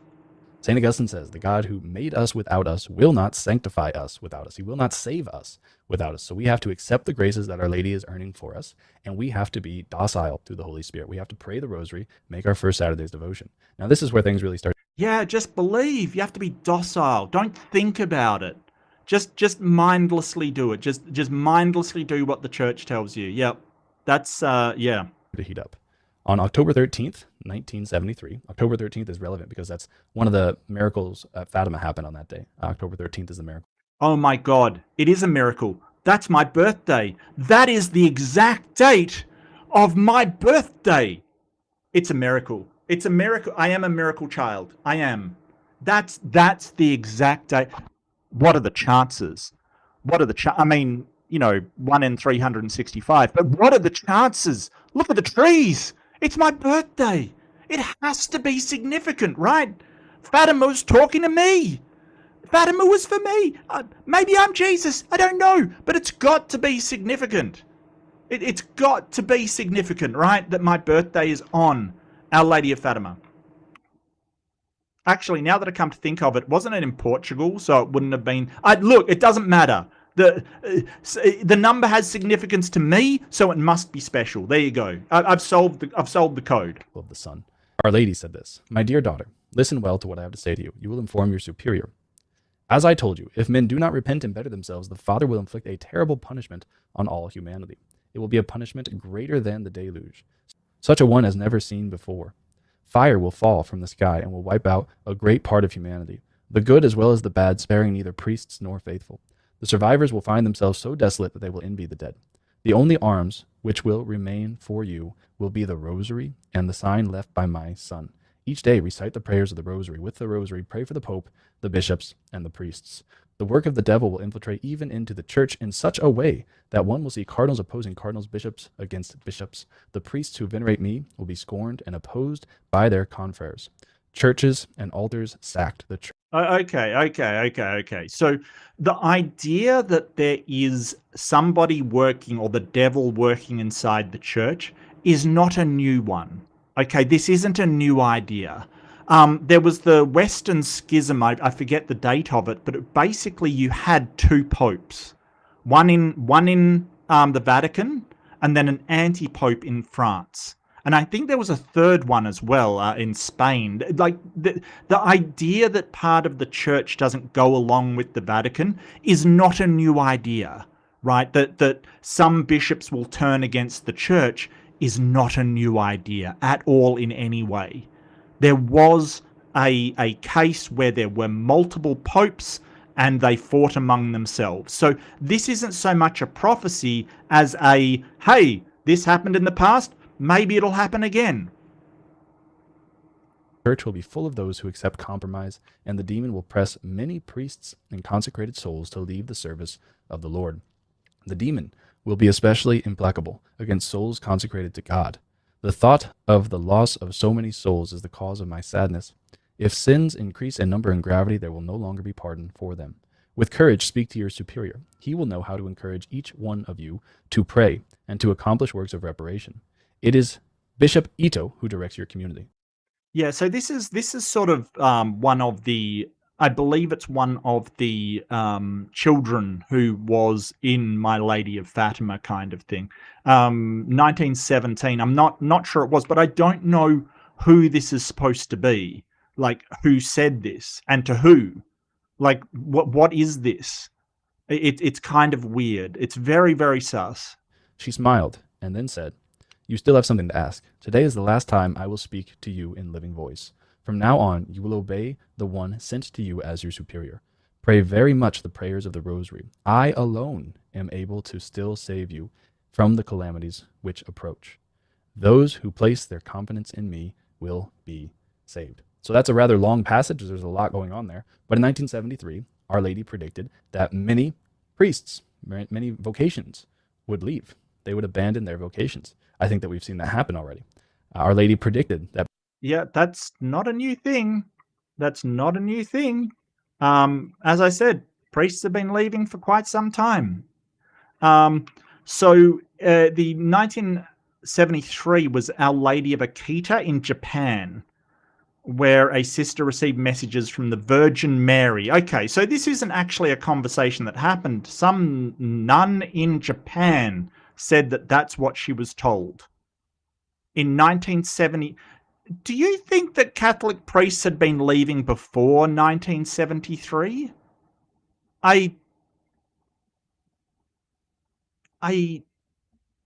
You know, like 60s, flower power, that kind of thing? I bet they were. Bishop would rise up against bishop, that there would be confrontation, conflict, disunity. I don't see bishop rising up against bishop necessarily since 1973. I think the Catholic Church has been fairly, you know, solid on that point.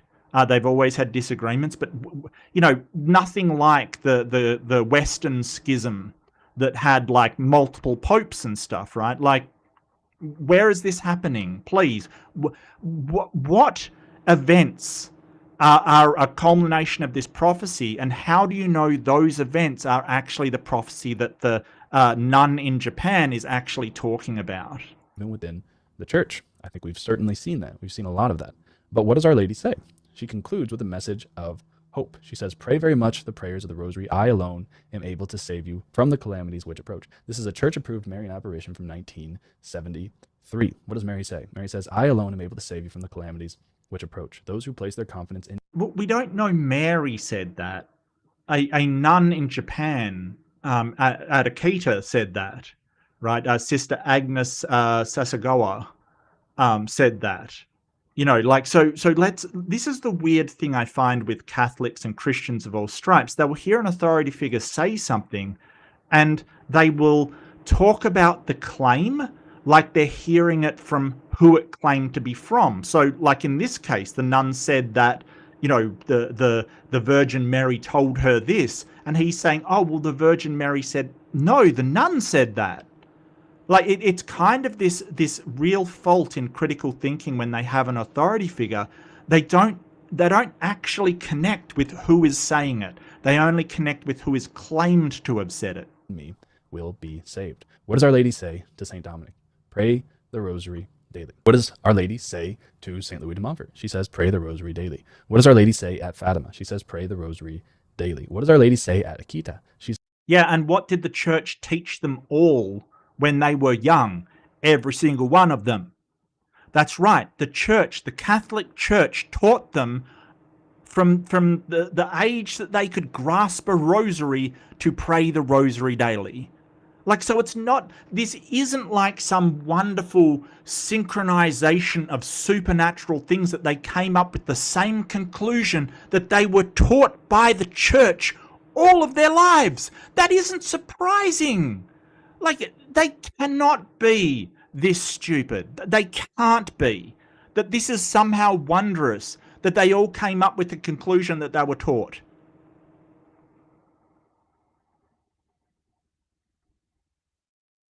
Or this physicist said E equals mc squared, and this physicist says m equals m squared, and this Yeah, no shit. Wow. It says pray the rosary daily. Are we starting to recognize a pattern? Yeah, the Catholic Church teaches people to pray the rosary daily, and they're all fucking Catholic. That's the pattern. He can't be this stupid. He can't be. It's not possible. Heaven gave us the rosary. The Blessed Virgin Mary gave us the rosary through St. Dominic so that we might be saved. Ever since the coming of St. Dominic, when we're living in this extra time, this overtime that Our Lady has purchased for us, ever since then, the rosary has been the key to the heart of God. It has been Jacob's ladder. Every Hail Mary we pray, it's one rung up the ladder. That's how we ascend into heaven and then descend to share the gospel, to share what we've contemplated. The rosary is the... Yeah, you're probably right, Jin. Yeah. That's not a challenge. Please, Christians, that's not a challenge. I won't hold your beer as you go. No. The weapon for our times, says St. Padre Pio. There's not been a pope in over 100 years who hasn't recommended the recitation of the rosary. It's one of the core principles of the Catholic Church. Oh, every pope has recommended praying on the rosary. Yeah. You know what? Like, I struggle to find a way to explain to them how stupid this sounds. It's like if, the Pentecostals saying every single Pentecostal leader has said that talking in tongues will get you closer to God. How unreal is that? It's surreal. Does that explain it to them? Like, do you know how stupid that? Yeah, you teach your kids that. You teach your followers. You teach your flock that. It's not surprising they all advocate it. Come on. Holy crap. The rosary is the most indulgent prayer of all time. Holy Mother Church is begging us, giving us any incentive that she can to pray the Holy. That's an argument ad populum. It's basically that it's the most indulged thing. Yeah, they do it. It's the most done prayer. Yeah, that's just a popularity thing. It doesn't mean that it's actually working. That's not how we judge whether something works. Okay, it's like saying ivermectin was taken more than any other thing for the pandemic. Yeah, that doesn't mean it works. Rosary. Listen to this. The Church, Mother Mary, the saints are all begging us to accomplish the same end, to do the same thing, which is pray the rosary daily. And if we do that, we will see this era of peace finally ushered in. We will see the conversion of Russia back to the one true faith. We will see Catholicism flourishing and spreading throughout the entire world. That sounds like a horror story to me. I think that Catholicism has done so much wrong. It has caused so many horrible things lately. I think Catholics, they really need to understand that a lot of people don't have a lot of patience for them because of the stance that they've had on gay people, condoms, and AIDS in Africa. Telling people in Africa that condoms will give you AIDS. Horrible amounts of death. We can't forget the inappropriate priests that have plagued your institution. And that's just starting it. There's inquisitions. There's the genocide of the Cathars. There's tons of your history is soaked in blood, and it's not surprising that when you go to a passage to say how we're saved, you go to Exodus, where the prophet Moses tells people to put on swords and cut down thousands of people. It's not surprising. And it's happening. It's happening right now. We're right on the cusp of it. Why do you think that? This is a failure of critical thinking. Because when you say, hey, it's happening now, we can see that, what is your argument for why it's now? Because you've just said, hey, there'll be calamities, there'll be this, there'll be... What, that Russia's been consecrated? Because it says it will be consecrated and it'll be followed by an era of peace, but we haven't had an era of peace. Relative peace, yeah, maybe during the sort of global trading order that we had in the 80s, 90s, 2000s. There's still a lot of war going on. It wasn't peace. Wow. The conversion numbers are very high, and people are on fire with the Holy Spirit for the Catholic faith, for Christ and his bride. Okay, one of the last quotes I want. Yeah, as I showed from the Pew research, there may be people coming into the church on fire for the Holy Spirit or whatever, but there's a lot more people leaving the church on fire for anything rather than the Catholic Church. A lot of people. Look at here is from Benedict XVI. Benedict XVI, while he was Pope, he flat out says that the woman in Revelation 12 is Mother Mary. He says this. What is the meaning of this image? It represents the church and Our Lady at the same time. But before all, the woman of the apocalypse is Mary herself. So what's going on? Revelation 12, this woman clothed with the sun is giving birth, and she's crying out in labor pains. And the devil tries to attack the lady, but she is protected by God's providence and taken away. This is Mary. Mary is the one who is giving birth to... Well, that's not exactly right. There's a bit more to it than that. This is the war in heaven, right? This is the passage that's the war in heaven. So if you're unfamiliar with it, the woman and the dragon, right? And that's true. She gave birth to a son, a male child who will rule all of the nations with an iron scepter. And her child was snatched up to God and to his throne. Okay, God's just kidnapping babies now. I presume he has her consent. The woman fled to the wilderness to a place prepared for her by God. So he didn't snatch up Mary to get her away from... No, he snatched up the child and went, cheers, you're on your own. Go to that place I prepared for you. Have fun. Where she might be taken care of for 1,260 days. Very specific. Then a war broke out in heaven. Fought against a dragon. He was not strong enough. The dragon was hurled down. And that ancient serpent called Devil. Then all of this happens. When the dragon saw that it had been hurled to the earth, he pursued the woman who had given birth to the male child. The woman was given 2 wings of a great eagle. Yeah, I don't know what they were smoking, but yeah, let's stick these wings on you. You can fly. So she might fly to the place prepared for her in the wilderness, where she would be taken care of for a time, times and half a time out of the serpent's reach. So, no, God didn't whisk her away to be safe. He prepared a place, stuck wings on her, and said, go on, sparrow, fly. And then from his mouth the serpent spewed water like a river. Absolutely. To overtake the woman and sweep her away with the torrent. But the earth helped the woman by opening its mouth and swallowing the river that the dragon had spewed out of his mouth. Then the dragon wizards raged at the woman and went off to wage war against the rest of her offspring, those who keep God's commands and hold fast their testimony about Jesus. Yep.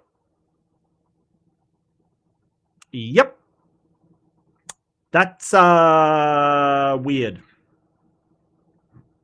Yeah. If I have some questions. I feel like there's some plot holes in this story. If she had wings of an eagle, why was she worried about a river? Is this some kind of river that I don't know that you can't fly over? Why is she worried about a river if she has wings? Do the wings have an altitude limit that won't go higher than a river? What am I reading here? She was given wings to fly, and she's worried about a river. I'm so confused. I am so confused. It's NIV. It is NIV. I lend about as much credibility to one version as another. I mean, I can do it in KJV if you want. A lot of people find that great and fun. The woman was given 2 wings of an eagle. She might fly to the wilderness, where she was nourished for a time. And the serpent cast out of his mouth water as a flood. He might cause her to be carried away by the flood.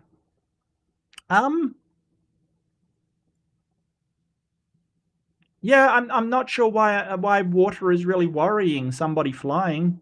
I'm not sure. I'm not sure. Well, I mean, I'm just pointing out that he said that God took her away. He didn't really. He stuck wings on her and told her to fly. Fly, birdie, fly. NSVUR? What? Yeah, the hell is that? Okay. Well, I do admit that I'm not a scholar. It just sounds really weird, that's all. New Revised Standard Version Updated Edition. I mean, we can do the Catholic edition. He is Catholic. And to the women were given 2 wings of a great eagle. She might fly into the wilderness. Yep, and the serpent carved out of in mouth water as a flood after the woman might cause her to be carried away of the flood. Okay, still same thing.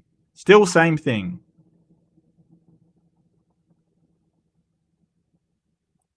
Same problem. The church. Now, Mary, in giving birth to Christ, did not have labor pains. No labor pains there. But Mary, when she gives birth to Christ's body, the church, she suffers labor pains. Yeah, I'm presuming the child is the church now. I presume. I don't know. So the Catholic Church thinks the woman there is the Virgin Mary, and I don't know that's the case. It doesn't name her as the Virgin Mary. And the child, I'm not sure who that is supposed to be. I have no idea. Sufferings that she endured on earth, the tears that she cried, all of those were offered up for you and for me and for our salvation. The labor pains that Mary goes through is not about the head, it's about the members of the mystical body of Christ. Mary has suffered in order to redeem you and me, and right now we're seeing the fruits of that. And let me close by quoting Sister Lucia, the visionary at Fatima who saw Mary herself. This is what Sister Lucia says. Listen closely. Oh, please, I'm listening. This is great because Fatima is one of those things that is, at first glance, it seems wondrous, and looking closer, it's really not. The Most Holy Virgin, in these last times in which we live, has given new efficacy in the recitation of the Holy Rosary. She has given this efficacy to such an extent that there is no problem, no matter how difficult it is, whether temporal or above all spiritual, in the personal life of each one of us and our families, that cannot be solved by the Rosary. Yes, I will absolutely disagree with that. I think there are some problems Rosary and prayer can't solve. If Rosary and prayer could solve, say, the gun crisis in America, it would be solved by now, because the thoughts and prayers that are going out is incredible, but it's still not solved. There is no problem, I tell you, no matter how difficult it is, that we cannot resolve by the prayer of the Holy Rosary. What's going on here? Well, in this video, we've covered 800 years of history. We talked about Francis, Dominic, and St. Vincent Ferrer, how they all say that the time that we live... Well, they don't all say.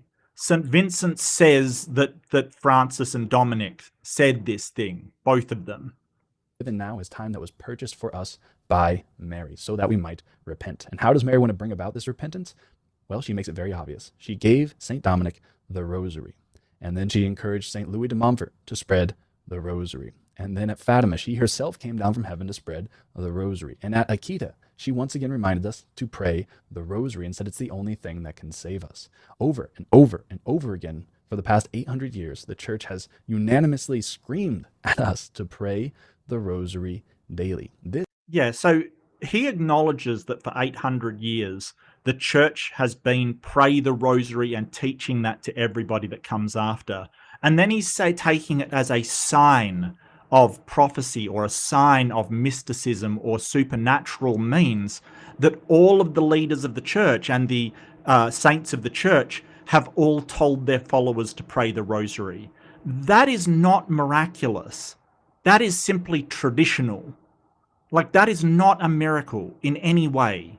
Like I said, it's like the Pentecostals saying, hey, isn't it amazing all the leaders of the Pentecostal church say to talk in tongues? That's what God gave to us. And every single great figure in the church has said to talk in tongues. It is ludicrous that you think that there is significance to that when it is a established tradition of your church. This is the will of God for every single Catholic on the planet. This is how Our Lady is going to crush the head of the serpent, as we saw St. Louis de Montfort say. And if you enjoyed that, and you want to see an interview I did with a very wise priest where Okay, so that's about it. But I want to take you through Our Lady of Fatima, right? Like, so the miracle of the sun and the three secrets of Fatima. So bear with me, because this gets into a bit of a wild ride. So the miracle of the sun. So basically, in 1917, in Fatima, Portugal, right? And this is just taken from Wikipedia. I know it's a bit lazy. Shoot me, sorry, people. So they gathered in Fatima, and people said that the sun did zigzags, and it fluttered around the sky and things like that, right? So these children basically told everybody to go to this area and stare at the sun, and they would see signs of the Virgin Mary. And even some people claimed to see the signs, to see Virgin Mary herself, right? So now, hey, there could have been a miracle. Okay, the Catholic Church seems to think so. It's one of their main miracles. It's one of the things that they absolutely swear by. Now, people have pointed to sort of mass hallucination and mass hypnosis kind of thing. I think that's an explanation. I also think it may be simpler, because what you have is a whole bunch of people who went to an area, were dehydrated, and they stared at the sun. Right? Like, this is not good for your eyes. The sun being wobbly and, changing colors would not be. And the thing that gets me about this is that some of the people that saw it all describe different things. Like, there were multiple different accounts of what the sun did, or whether the Virgin Mary appeared, or whether it didn't. So it may have been pareidolia, right? They see a blurriness because they've been staring at the sun, and their brain says, oh, that is the Virgin Mary, which I'm expecting to see. It may, hey, look, STS, it may have been mass delusion. We've got instances of that. There was an incident in France with dancing fever, I believe, or it was Germany. Like, people started dancing and other people felt compelled to join in, and they couldn't stop. It was very, very strange, and was an instance of mass delusion. So we do have instances of this. Whether that was the case or not, I don't know. But one of the things we would expect is for everybody to have the same experience, and they didn't. So that is a problem. Right, and some people didn't see anything at all. Right, they just didn't. Nothing happened. Right, so we've got a number of very, very conflicting accounts. Now, there was supposed to be a photo, this photo, for instance, that proved that the Virgin Mary had appeared. Right, but what you'll notice is that there's literally nothing in this photo that would make you think the Virgin Mary appeared. Right, like, these photographs that were taken are just blank. There's nothing on them, right? So there were photographers there, but none of them managed to capture anything. What's really weird is they offered this photograph up as evidence of a miracle. That was their evidence of the miracle. And I do not understand why. Like, because apart from people going, oh, it doesn't show any kind of miracle at all. There's nothing there. So, people that did have cameras didn't see anything unusual. Just, overcast sky, sun in the sky, nothing else. It said that there was about 50,000 observers on a conservative thing. Yeah. But when their experiences differ and other people there see nothing at all, I am skeptical about that. Now, a prophecy was made, and it was very, very, very, very interesting, right? So it was called The Secrets of Fatima. Okay, The Secrets of Fatima. And the important word there is secrets, right? Secrets. So, the first secret, Lucia, that was one of the children, the sort of ringleader, as it were, said that he got a vision of hell, kind of thing. The second secret was that to save them, God wishes to establish in the world devotion to my immaculate heart. If what I say to you is done, many souls will be saved and there will be peace. Right? In 1917, she got this vision. Okay? The war is going to end, but if people do not cease offending God, a worse one will break out during the pontificate of Pope Pius IX. When you see night illuminated by an unknown light, know that this is the great sign given to you by God that he is about to punish the world for its crimes, by means of war, famine, and persecutions of the Church and Holy Father. To prevent this, I shall come ask for the consecration of Russia to my Immaculate Heart and the communion of reparation for the first Saturdays.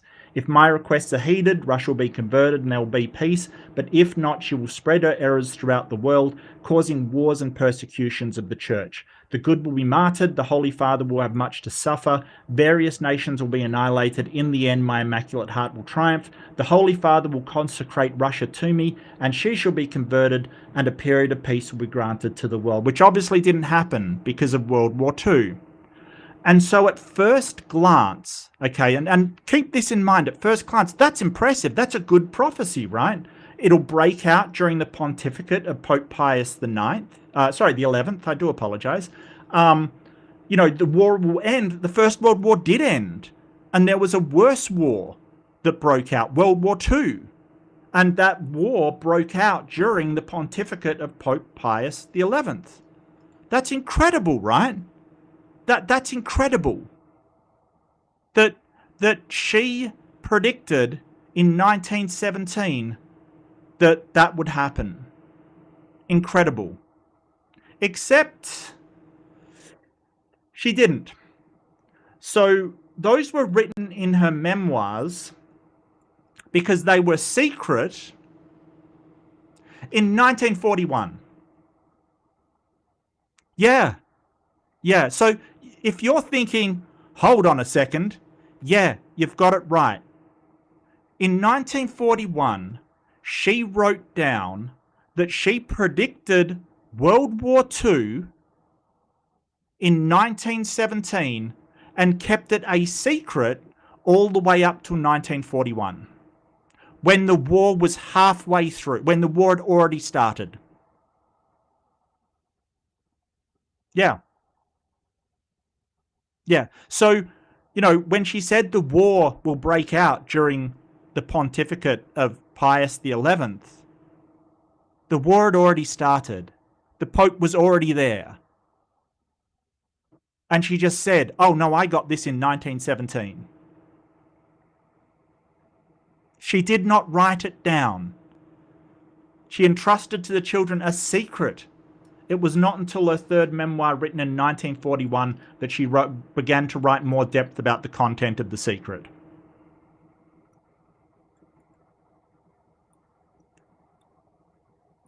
She wrote that the secret has three parts. The first two she revealed in 1941, and the third was in 1944. So yeah, she basically retroactively predicted this stuff. Like, look, real talk to the Catholics. You cannot be this ignorant as to believe that, right? That somebody has a secret that they can't tell you about during First World War, and then after the Second World War starts, after all these events happen, they correctly predict the end of the First World War, the start of the Second World War, including which pope was in the Vatican at that point. It is hard for me to believe that people actually think that this person had some kind of powers of prophecy. It is ridiculous that this is supposed to be one of the great miracles and great prophecies of their time. So when that guy was talking about these prophecies, he's talking about these secrets that were revealed after the events happened. Yep. So she knew that Russia hadn't been consecrated by the time World War II started, because World War II had already started. This is amateur hour. This is the most ridiculous, nonsensical, suspect, corrupt, stupid prophecy I have probably ever seen. And it's one of the Catholic Church's greatest. That a person that wouldn't tell you their prophecy says that they predicted it after all the events happened, but said they predicted it beforehand, when they wouldn't tell you what it was. I can't facepalm hard enough for this. This deserves a facepalm of truly, truly incredible proportions. I'm sorry. You cannot be that gullible. You can't be and still function in this world. That is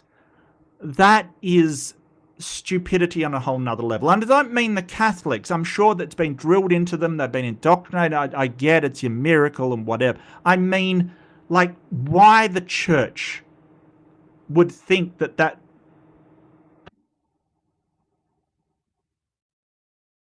and the photographs of this miracle are just photographs of a whole bunch of people standing together. Like, and I guess it just shows, as you know, we've gotten better mobile technology, we've all got cameras in our pocket, suddenly the miracles dry up. And I think the miracles dried up because they were never there to begin with. It was never a miracle. It was never a prediction. But I made a prediction. I made a prediction last year when I did the Troy Black video. I said, hey, if Trump insults somebody and flexes against, I don't know, France, there's going to be hostilities between them. And I was right. There is hostilities between Europe. I must be a prophet. No.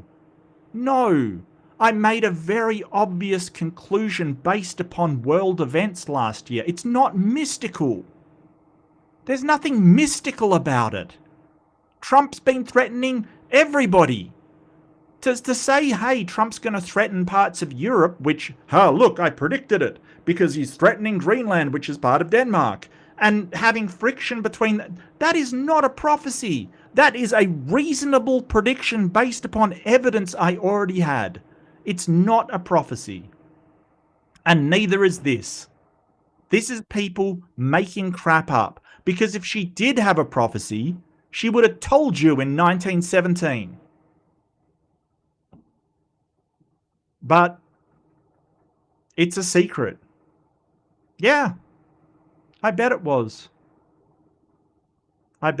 Anyway, that's enough dumb for one day. Like, seriously, that absolutely blew my mind. That, you know, I did not know that about Fatima, that she didn't even make any prophecy whatsoever. She kept it a secret until World War II to predict that World War II would start. Like, I didn't know that. It blew my mind, because this is supposed to be one of the greatest miracles of the Catholic Church. I guess, you know, Shroud of Turin might be, and that's ridiculous as well. But this one's supposed to be their big miracle, and it is ridiculously bad. If this is the best they have, I'd hate to see a bad one. Maybe the Shroud of Turin is a bad one. That's true. Anyway, so that was Cameron Riker. Probably no relation to Star Trek, I would say. But yeah, that's how... Did we even get any sign of how we know this is applicable to 2026, as his prediction makes? You know what? I've got a prediction.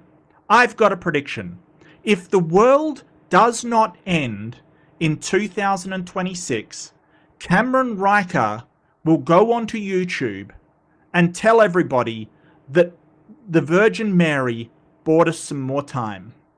That's my prediction. And if it comes true, every single one of you, have to worship me as a prophet and bow down to the Blarney Stone. I want to see you kissing it. If that happens, ooh, you've got to. Okay, I want a solemn promise. And, you know, the new thing will not be praying on the rosary. It'll be praying on the Blarney Stone, all right? That's going to be the new thing. That's my prophecy. If 2026 doesn't end, it's going to be extension via Mary from Cameron Riker. And I'm going to check. I'm going to check on this guy's homework. I will. Unless I'm destroyed, and then he was right. Okay, if I'm not here to check, he was probably right. Unless I just die and the world's still here. Look, somebody check on his work if I die, okay? Because I'm not letting this guy off the hook. He's made a prediction. He's going to damn well be held to it. And no extra time by Mary is going to stop me from holding him to an account. No, it's Blarney Stone all the way down. That's it. I've had enough. Look, it's just a miniature one. Look, Jedi, Christians don't lug round an entire crucifix. Come on now. It's just a little one that you hang around your neck. Come on now. No, this isn't how religion works. You don't carry around the entire thing. You carry around a miniature version of it that's supposed to represent the thing. You're doing it wrong, sir. You're doing religion wrong, all right? Stop it. Stop it. You're misrepresenting my... Look, I don't have a religion. I don't have any patience left. I don't have a clue what I'm doing. But I know that prophecy was bullshit. That is... Oh, like a pilgrimage thing? Oh, that's cool. Yeah, no, yeah, probably. I don't know. No, look, my religion doesn't have any rules. You can do whatever you want. Look, you can do whatever you want. I don't care. I don't care. This isn't the Catholic Church. I'm not going to command you to pray over rosary. You know, you can pray over Blarney Stone if you want. I don't give a toss. I don't care. All right, do whatever you want. Look, throw the Blarney Stone at Donald Trump if you want. I don't care anymore. Like, seriously. Anyway, that was Fundamentalist fails. As you agree, that was a colossal fail, and probably a forthcoming prophesied fail. It's going to be beautiful. So next year, Cameron Riker, you better hope the world ended, or else you're in trouble, sir. But yeah, thank you so much, everybody. This has been a blast. I know it got a bit tedious when he goes through the whole things, but I think it was important for him to go through these prophecies and then get the context of how they happened at the end. That it isn't St. Dominic and Francis. It's St. Vincent saying what they said after the world was supposed to end and it didn't. Right? Like, it's an excuse. It's like, oh, well, the world didn't end. That's because Mary bought us more time. Hey, problem solved. And then, you know, the secret of Fatima, it was this amazing prediction about World War II and wars and stuff like that. No, it wasn't a prediction. It was a post-diction. It was afterwards. No. But yeah, do have a good day, night, or whatever. Leave a like as you go if you do want. Leave share, subscribe if you want. Get a Blarney Stone if you want. I'm not the boss of you. Look, I'm not the boss of you. I can't tell you what to do. But I guarantee that my prophecy will probably be better than the Fatima one. I can guarantee it. Anyway, do take care. Be kind to yourself. I mean, don't beat yourself up being conned into stuff like this. Everybody can be conned into stuff like this. At the same time, recognize it. You know, just say, hey, I was wrong about something. That's okay. I'm wrong all the time. I could have been wrong about this. Who knows? It's not a reason to beat yourself up. Just be kind to yourself. Be kind to each other. And I'll see you in the next one. Bye, everybody.